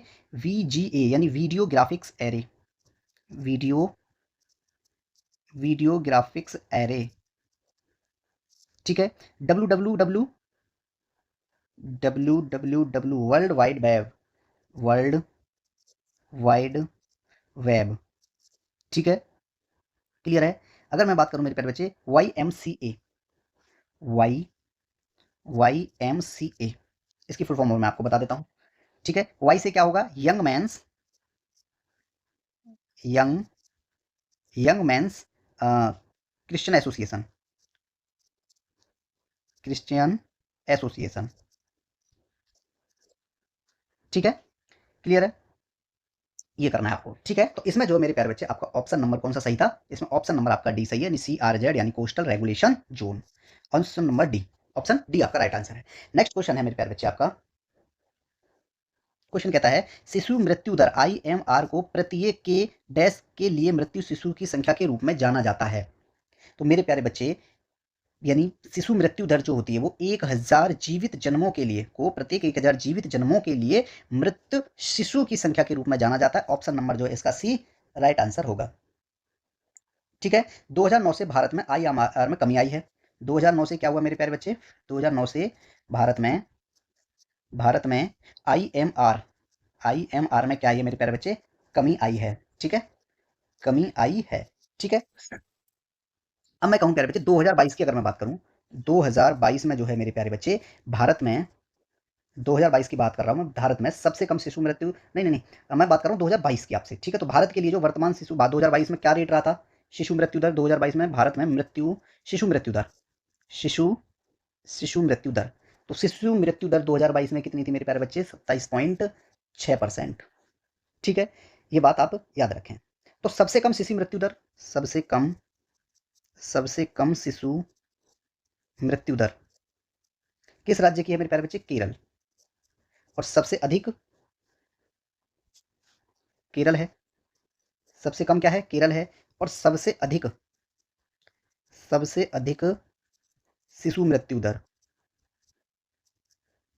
कौन राज्य है आपका? MP यानी मध्य प्रदेश, मध्य प्रदेश, ठीक है। तो ऑप्शन नंबर जो आपका सी इसमें राइट आंसर था। नेक्स्ट क्वेश्चन है आपका, क्वेश्चन कहता है कि उत्तर पूर्वी क्षेत्र को छोड़कर सभी राज्यों, सॉरी, उत्तर पूर्वी क्षेत्र को तो छोड़ देना है, तो सभी राज्य सरकारों ने, ठीक है, किस दशक में भूमि के स्वामित्व की सूचना, भूमि के स्वामित्व की उच्चतम सीमा निर्धारित की? उत्तरी पूर्वी क्षेत्र को तो छोड़ देना है, तो राज्य सरकार ने प्यारे बच्चे किस दशक में जो है भूमि के स्वामित्व की उच्चतम सीमा निर्धारित की थी? ये इसमें पूछा गया है। तो मेरे प्यारे बच्चे आपके जो 1960 के दशक में, कब मैं ये कहूँ 1960 के दशक की अगर बात की जाए, ठीक है, तो भूमि स्वामित्व की जो उच्चतम सीमा निर्धारित की गई थी आपकी 1960 के दशक में। ऑप्शन नंबर जो है मेरे प्यारे बच्चे इसका ए राइट आंसर होगा, ठीक है। क्लियर है? चलिए, अब मैं बात करूंगा नेक्स्ट क्वेश्चन क्या कहता है आपका, आंसर मैंने बताई दिया उसमें। इनमें से कौन सा स्मारक उत्तर प्रदेश में यूनेस्को द्वारा प्रशंसित विश्व धरोहर स्थल है? कहाँ पे है? एक तो उत्तर प्रदेश में होना चाहिए, और वो क्या होना चाहिए प्यारे बच्चे? विश्व धरोहर स्थल होना चाहिए। ठीक है, तो इसमें आप देखो फतेहपुर सीकरी कहाँ है? फतेहपुर सीकरी उत्तर प्रदेश में यूनेस्को द्वारा जो है प्रशासित विश्व धरोहर स्थल आगरा का किला 1983 में लिया था। ठीक है, लेकिन इसमें तो है नहीं, तो फतेहपुर सीकरी जो है इसका राइट आंसर होगा मेरे प्यारे बच्चे, फतेहपुर सीकरी। ठीक है, क्या कहा? फतेहपुर सीकरी, फतेहपुर, फतेहपुर सीकरी। किस वर्ष इसको जो है यूनेस्को में जोड़ा गया था मेरे प्यारे बच्चे? फतेहपुर सीकरी को। तो आप कहोगे सर फतेहपुर सीकरी को तो जो है 1986 में जोड़ा गया था, 1986 में। ठीक है, अब मैं बात करूंगा आपसे मेरे प्यारे बच्चे कुछ इंपोर्टेंट चीजों की। यूनेस्को प्रशासनिक विश्व धरोहर स्थल आगरा का किला भी है। कौन है? आगरा का किला, यूपी की बात चल रही है। आगरा का किला किस वर्ष जो है जोड़ा गया था? ये भी 1983 में। ठीक है, ताजमहल की बात करूंगा मैं, ये भी जो है मेरे प्यारे बच्चे 1983 में। ठीक है, ताजमहल भी 1983 में, फतेहपुर सीकरी 1986 में, मैंने आपको बता दिया। ठीक है, और अगर मैं बात करूं मेरे प्यारे बच्चे अजंता गुफाएं, अजंता, अजंता गुफाएं कब, कहां पे हैं? ये महाराष्ट्र में है। ठीक है, 1983 में, 1983 में इनको भी जोड़ा गया था। अगर मैं बात करूं मेरे प्यारे बच्चे किसकी? कोणार्क का सूर्य मंदिर 1984 में, कोणार्क, कोणार्क का सूर्य मंदिर किसमें? 1984 में। ठीक है, और भी बहुत सारी वो हैं इसमें स्मारकें हैं। ठीक है, महाबलीपुरम के स्मारक समूह, महाबलीपुरम के, महाबलीपुरम के स्मारक समूह, स्मारक समूह 1984 में इनको जोड़ा गया था प्यारे बच्चे, 1984 में। ठीक है, हम्पी के स्मारकों का समूह, हम्पी के स्मारकों का समूह, हम्पी के स्मारकों का समूह कब जोड़ा गया था मेरे प्यारे बच्चे इसको? ये भी 1986 में, 1986। ठीक है, एलिफेंटा की गुफाएं, एलिफेंटा की गुफाएं किस वर्ष जोड़ी गई थी? 1987 में। ठीक है, याद रहेगा। सांची के बौद्ध स्मारक की बात कर देता हूं मैं, सांची के बौद्ध स्मारक कब जोड़ा गया था इनको? 1989 में, 1989 में। हुमायूं का मकबरा 1993 में, हुमायूं का, हुमायूं का मकबरा किस वर्ष जोड़ा गया था? हुमायूं का मकबरा जो है 1993 में, 1993 में। ठीक है, ये आप याद रखेंगे। ऑप्शन नंबर जो आपका बी राइट आंसर था। ठीक है, नेक्स्ट क्वेश्चन क्या कहता है मेरे प्यारे बच्चे आपका? नेक्स्ट क्वेश्चन कहता है कि ब्रिटिश संसद के किस अधिनियम ने सिविल सेवकों के चयन और भर्ती के लिए एक खुली प्रतियोगिता प्रणाली शुरू की थी? ठीक है, तो वो आपकी जो है मेरे प्यारे बच्चे 1853 का चार्टर अधिनियम, 1853 का चार्टर अधिनियम, 1853 के चार्टर अधिनियम ने मेरे प्यारे बच्चे ब्रिटिश संसद के एक अधिनियम, ब्रिटिश संसद का एक अधिनियम था, कौन सा? 1853 का चार्टर एक्ट अधिनियम।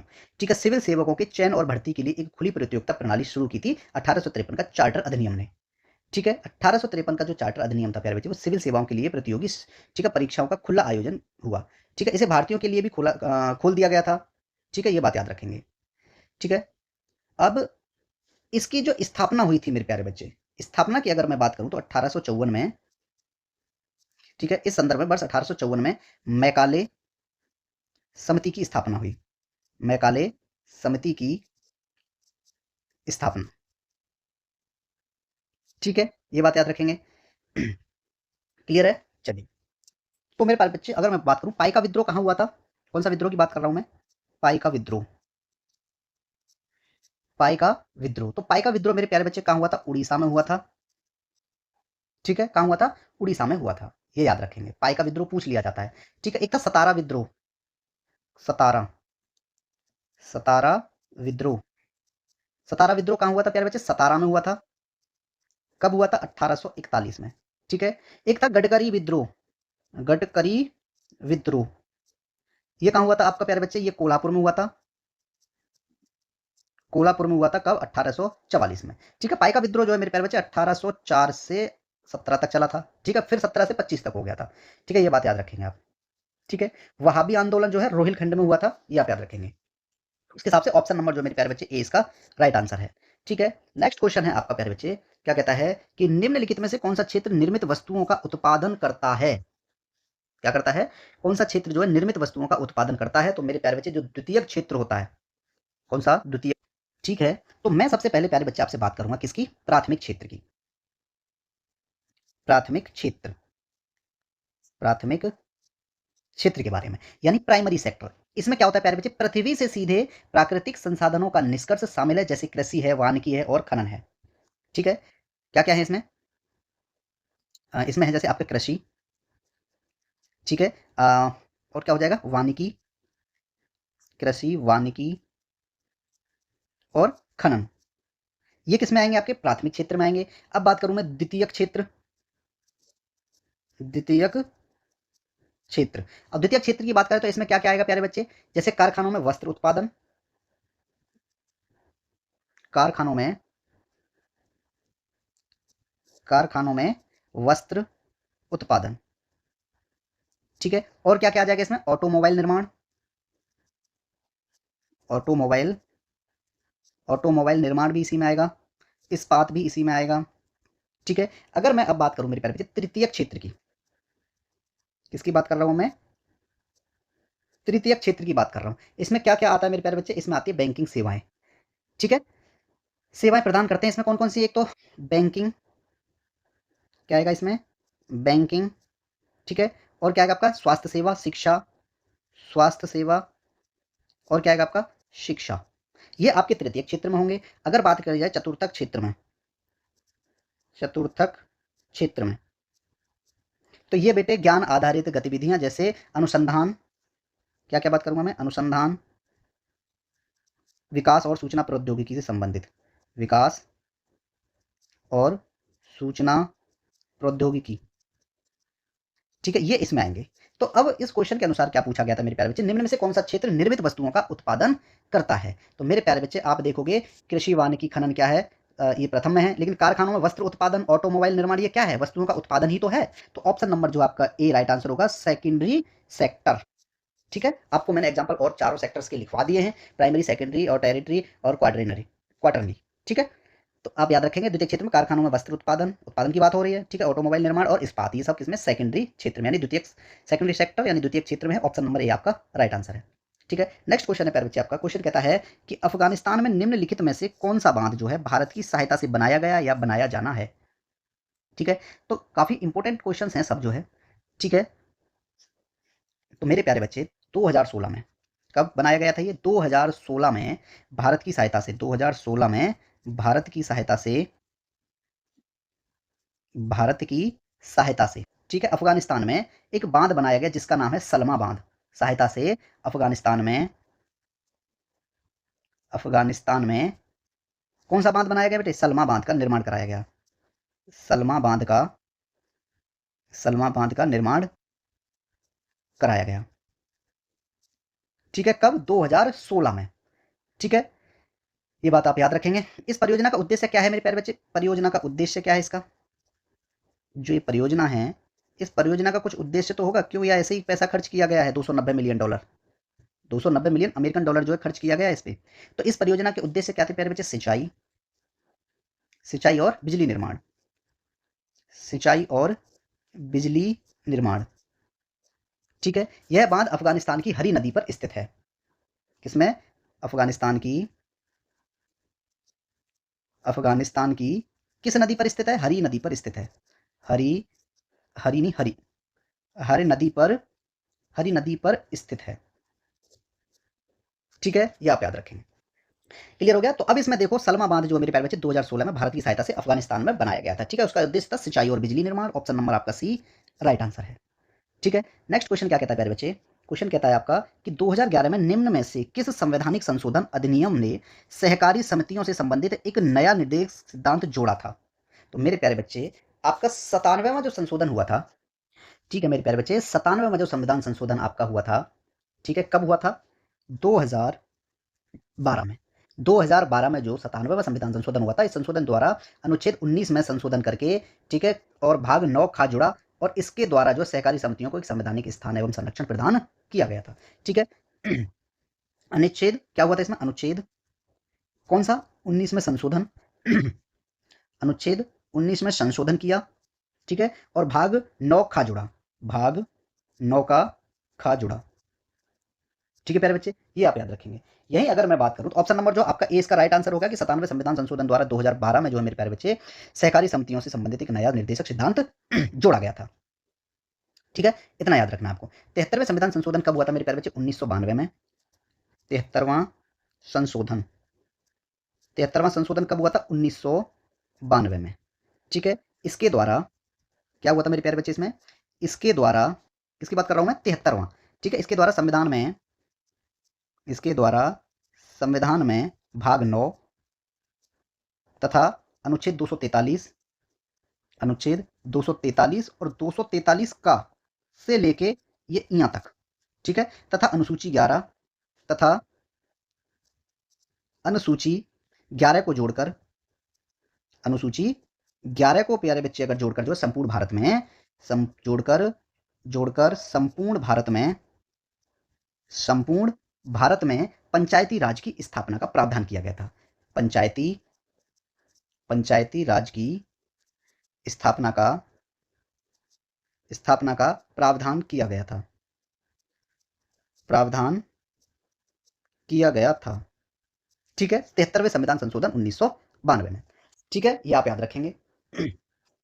101वां संविधान संशोधन कब हुआ था प्यारे बच्चे? 2017 में हुआ था। 101वां संविधान संशोधन कब हुआ था मेरे प्यारे बच्चे? ये आपको हुआ था 101वां शायद 2017 में हुआ था, 2017 में हुआ था, ठीक है। अगर मैं बात कर रहा हूँ, इसमें एक और ऑप्शन आपका दिया प्यारे बच्चे, 62वां संविधान संशोधन जो 1989 में हुआ था। 62वां संविधान संशोधन 62वां संविधान संशोधन कब किया गया था प्यारे बच्चे? 1989 में, ठीक है। 1989 में जो इसके द्वारा लोकसभा और प्यारे बच्चे जो राज्य विधानसभा में अनुसूचित जातियों और जनजातियों के आरक्षण तथा लोकसभा और विधानसभा में जो आंग्ल भारतीयों के प्रतिनिधित्व में जो है 10 वर्ष की और वृद्धि की गई थी, ये बात आप याद रखें, ठीक है। नेक्स्ट क्वेश्चन क्या कहता है प्यारे बच्चे आपका? नेक्स्ट क्वेश्चन कहता है निम्नलिखित में से कौन सा मामला जनहित याचिका के रूप में स्वीकार नहीं किया जाएगा? कौन सा मामला है जो जनहित याचिका के उसमें जो है मेरे प्यारे बच्चे रूप में स्वीकार नहीं किया जाएगा? कोई अगर किसी का निजी मामला है, ऑप्शन नंबर डी है, निजी मामले को मेरे प्यारे बच्चे जनहित याचिका के रूप में जो है दायर नहीं किया जाएगा, स्वीकार नहीं किया जाएगा, ये बात याद रखेंगे, ठीक है। जनहित याचिका को शॉर्ट में पिल कहते हैं, PIL, ठीक है। मानवाधिकार और समानता को आगे बढ़ाना या व्यापक सार्वजनिक चिंतन के मुद्दों को उठाने के लिए कानून का उपयोग है, ठीक है। जैसे बंधुआ मजदूर है, न्यूनतम मजदूरी, ठीक है, भुगतान नहीं करना, ठीक है, या SC ST पर अत्याचार करना, ठीक है। मैं कहूँ जैसे किन मामलों पर जो है जनहित याचिका जनहित याचिका जनहित याचिका किन मामलों पर जो है स्वीकार होती है? जैसे मैं कहूँ मेरे प्यारे बच्चे, बंधुआ मजदूरी, ठीक है, और न्यूनतम मजदूरी का भुगतान नहीं करना,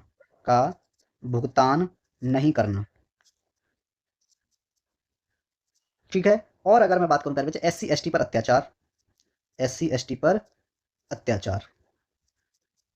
अत्याचार करना, इन मामलों में जो है प्यारे बच्चे जनहित याचिका जो है दायर की जा सकती है, स्वीकार की जा सकती है, लेकिन निजी मामले में जनहित याचिका जो है आपकी स्वीकार नहीं की जाएगी, ठीक है। भारतीय संविधान के अनुच्छेद 39A में जो है निहित के अनुकूल है, इसके अंतर्गत निजी मामले नहीं आते हैं, ठीक है, ये बात याद रखेंगे। नेक्स्ट क्वेश्चन क्या कहता है प्यारे बच्चे आपका? नेक्स्ट क्वेश्चन कहता है राष्ट्रीय मानवाधिकार आयोग के अध्यक्ष और सदस्यों की नियुक्ति कौन करता है? तो मेरे प्यारे बच्चे उनकी जो नियुक्ति होती है वो भारत के राष्ट्रपति द्वारा की जाती है, ऑप्शन नंबर ए है, ठीक है। मैं ये कहूँ राष्ट्रीय मानवाधिकार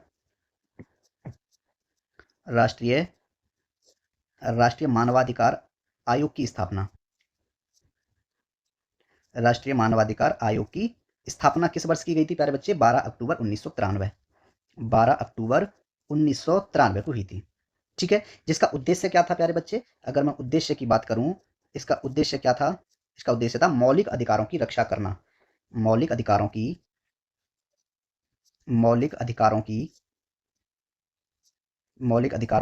रक्षा करना, ठीक है। ये जो है उद्देश्य था, ठीक है, ये आप याद रखेंगे। ऑप्शन नंबर जो है ए राइट आंसर है कि राष्ट्रीय मानवाधिकार आयोग के जो अध्यक्ष और सदस्यों की नियुक्ति कौन करता है? भारत के राष्ट्रपति द्वारा की जाती है। नेक्स्ट क्वेश्चन है मेरे प्यारे बच्चे आपका, भारत में कौन सा निकाय संसदीय चुनावों के लिए मतदाता सूची तैयार करता है और समय समय पर इसकी समीक्षा भी करता है?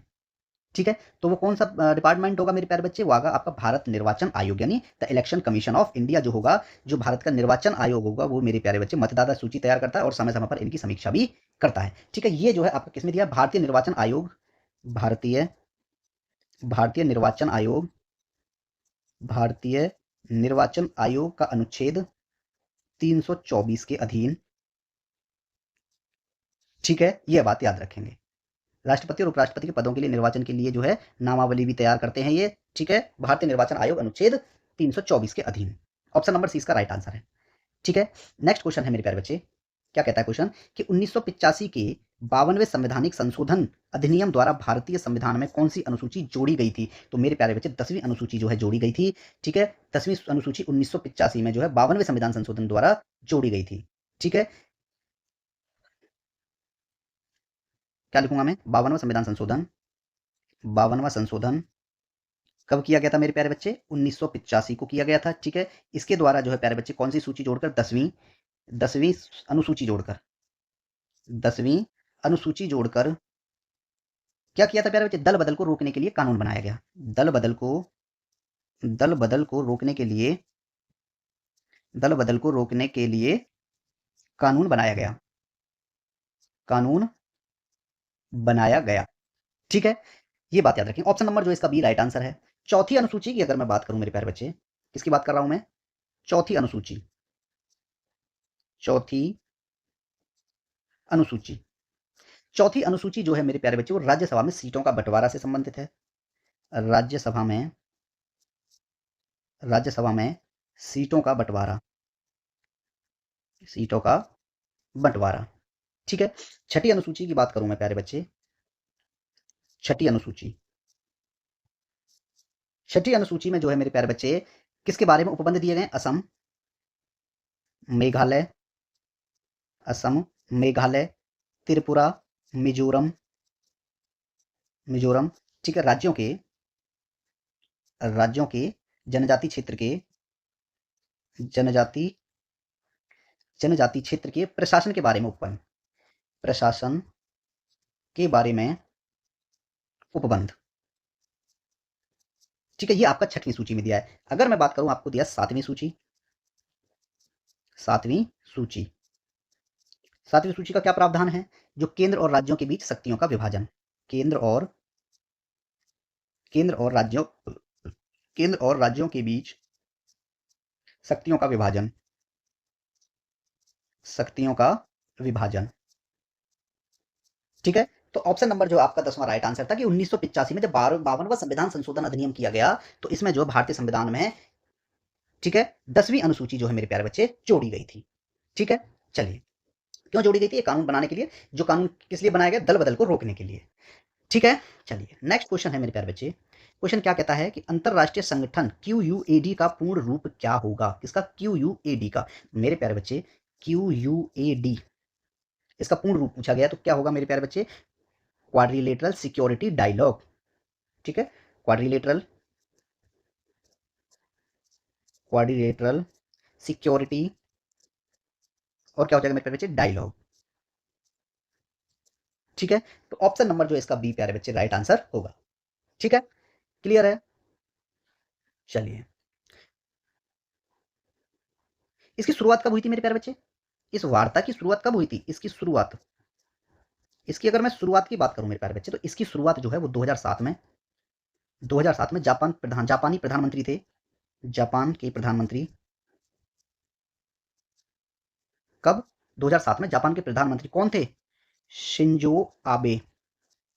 ठीक है, इनके समर्थन में हुआ था।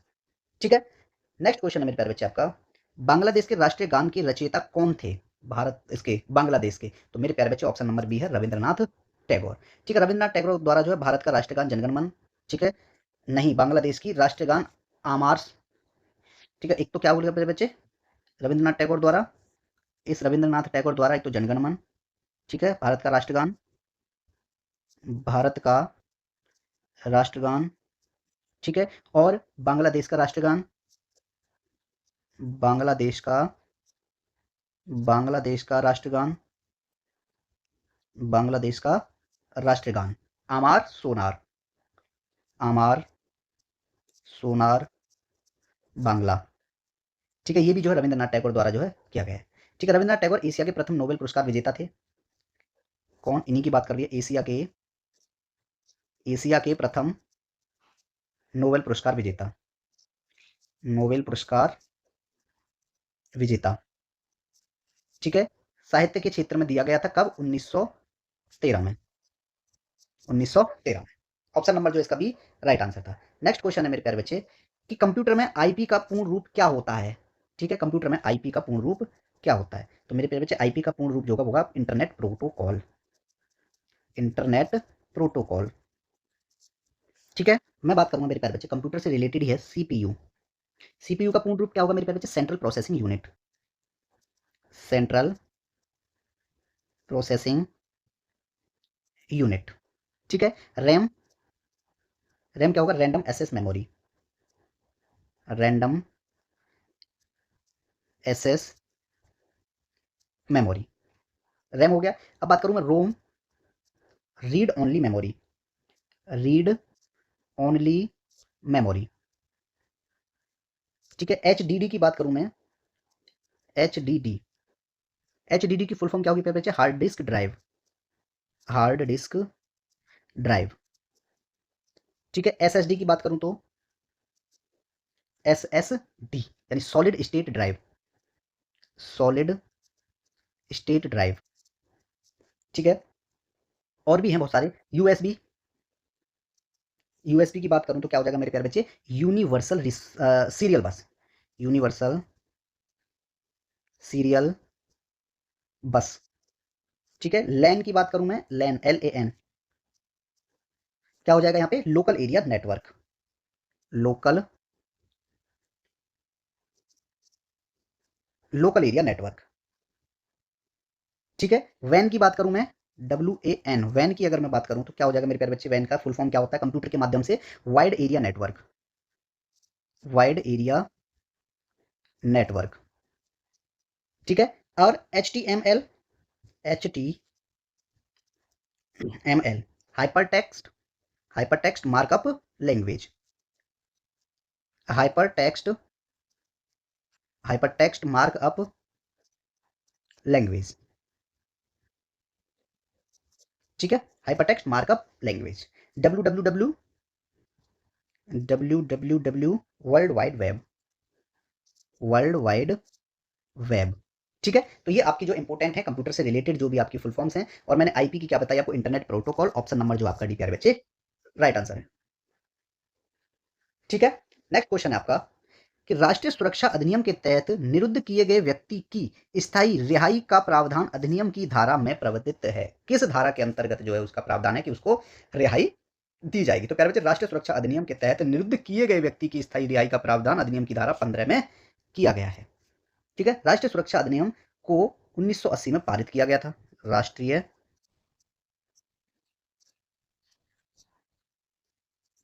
अधिनियम कब पारित किया गया था? 1980 में।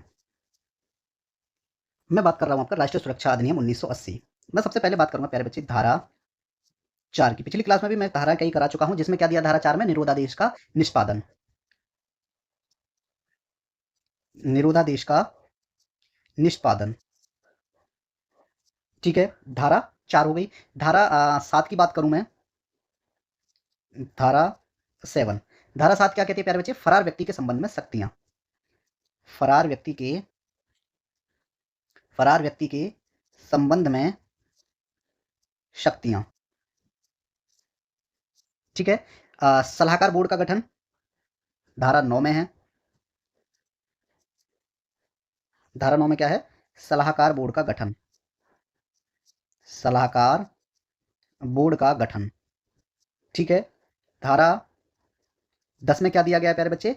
सलाहकार बोर्ड को निर्देश, सलाहकार, सलाहकार बोर्ड को निर्देश। ठीक है, यही अगर मैं बात करूं मेरे प्यारे बच्चे, धारा, धारा 11 सलाहकार बोर्ड की प्रक्रिया।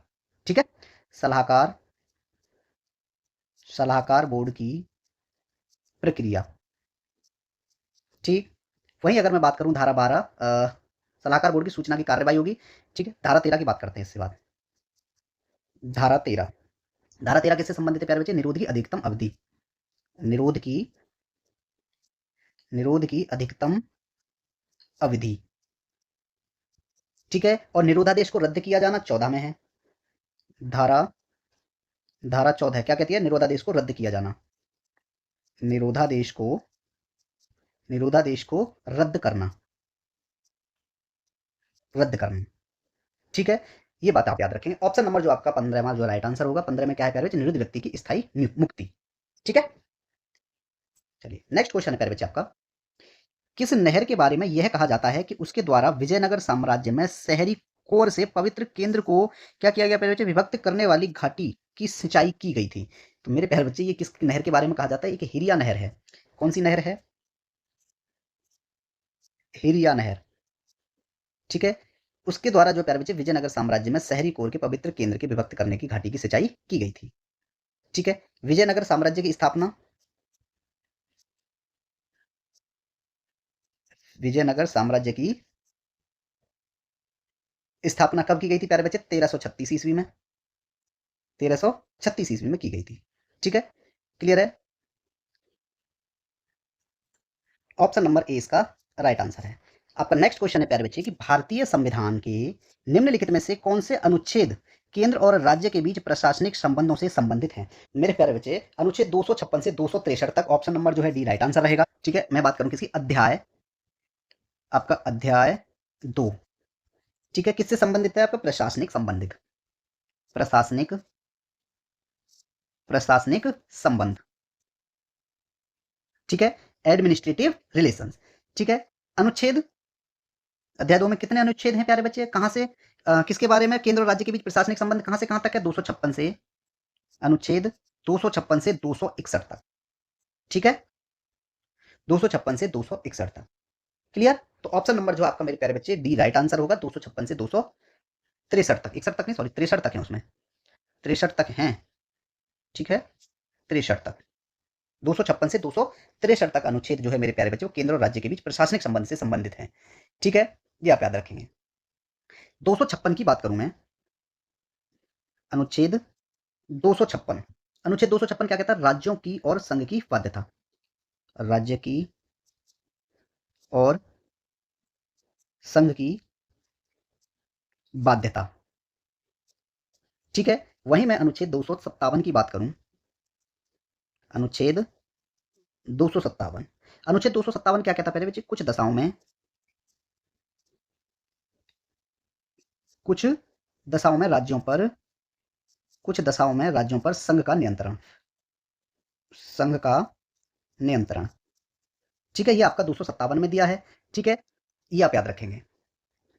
ठीक है, 261 की अगर मैं बात करूं मेरे प्यारे बच्चे, अनुच्छेद 261 की अगर मैं बात करूं तो क्या प्रावधान है उसमें कि सार्वजनिक कार्य, सार्वजनिक कार्य, ठीक है, अभिलेख और, अभिलेख, अभिलेख और न्यायिक कार्यवाहियां। कौन सी कार्यवाहियां? न्यायिक कार्यवाहियां। ठीक है, ये आपका जो 261 में दिया गया है। क्लियर है? चलिए मैं ये कहूं मेरे प्यारे बच्चे, 263, अनुच्छेद 263 की बात और कर लेता हूं। ठीक है, जो अंतरराज्य परिषद के संबंध में उपबंध, अंतरराज्य, अंतरराज्यीय, अंतरराज्य परिषद के संबंध में उपबंध, संबंध में उपबंध। ठीक है, तो यहाँ पे जो आपकी क्लास जो है कंप्लीट हो जाती है, नेक्स्ट क्वेश्चन नहीं है। ठीक है, तो क्वेश्चन यहाँ पे जो आपके बहुत सारे हो गए हैं इस वाली क्लास में, काफी इंपोर्टेंट क्वेश्चन मैंने आपको करा दिए हैं। ठीक है, पीडीएफ नोट्स टेलीग्राम चैनल से मिलेंगे आपको। ठीक है, आपको नोट्स बनाने की कोई जरूरत नहीं है, पीडीएफ नोट्स आप टेलीग्राम से डाउनलोड कर लीजिए। ठीक है, वीडियो को लाइक, चैनल को सब्सक्राइब जरूर करना, टेलीग्राम चैनल ज्वाइन कर लीजिएगा। ठीक है, चलिए मिलते हैं आपसे अगली वीडियो में, जब तक के लिए आप सबका धन्यवाद।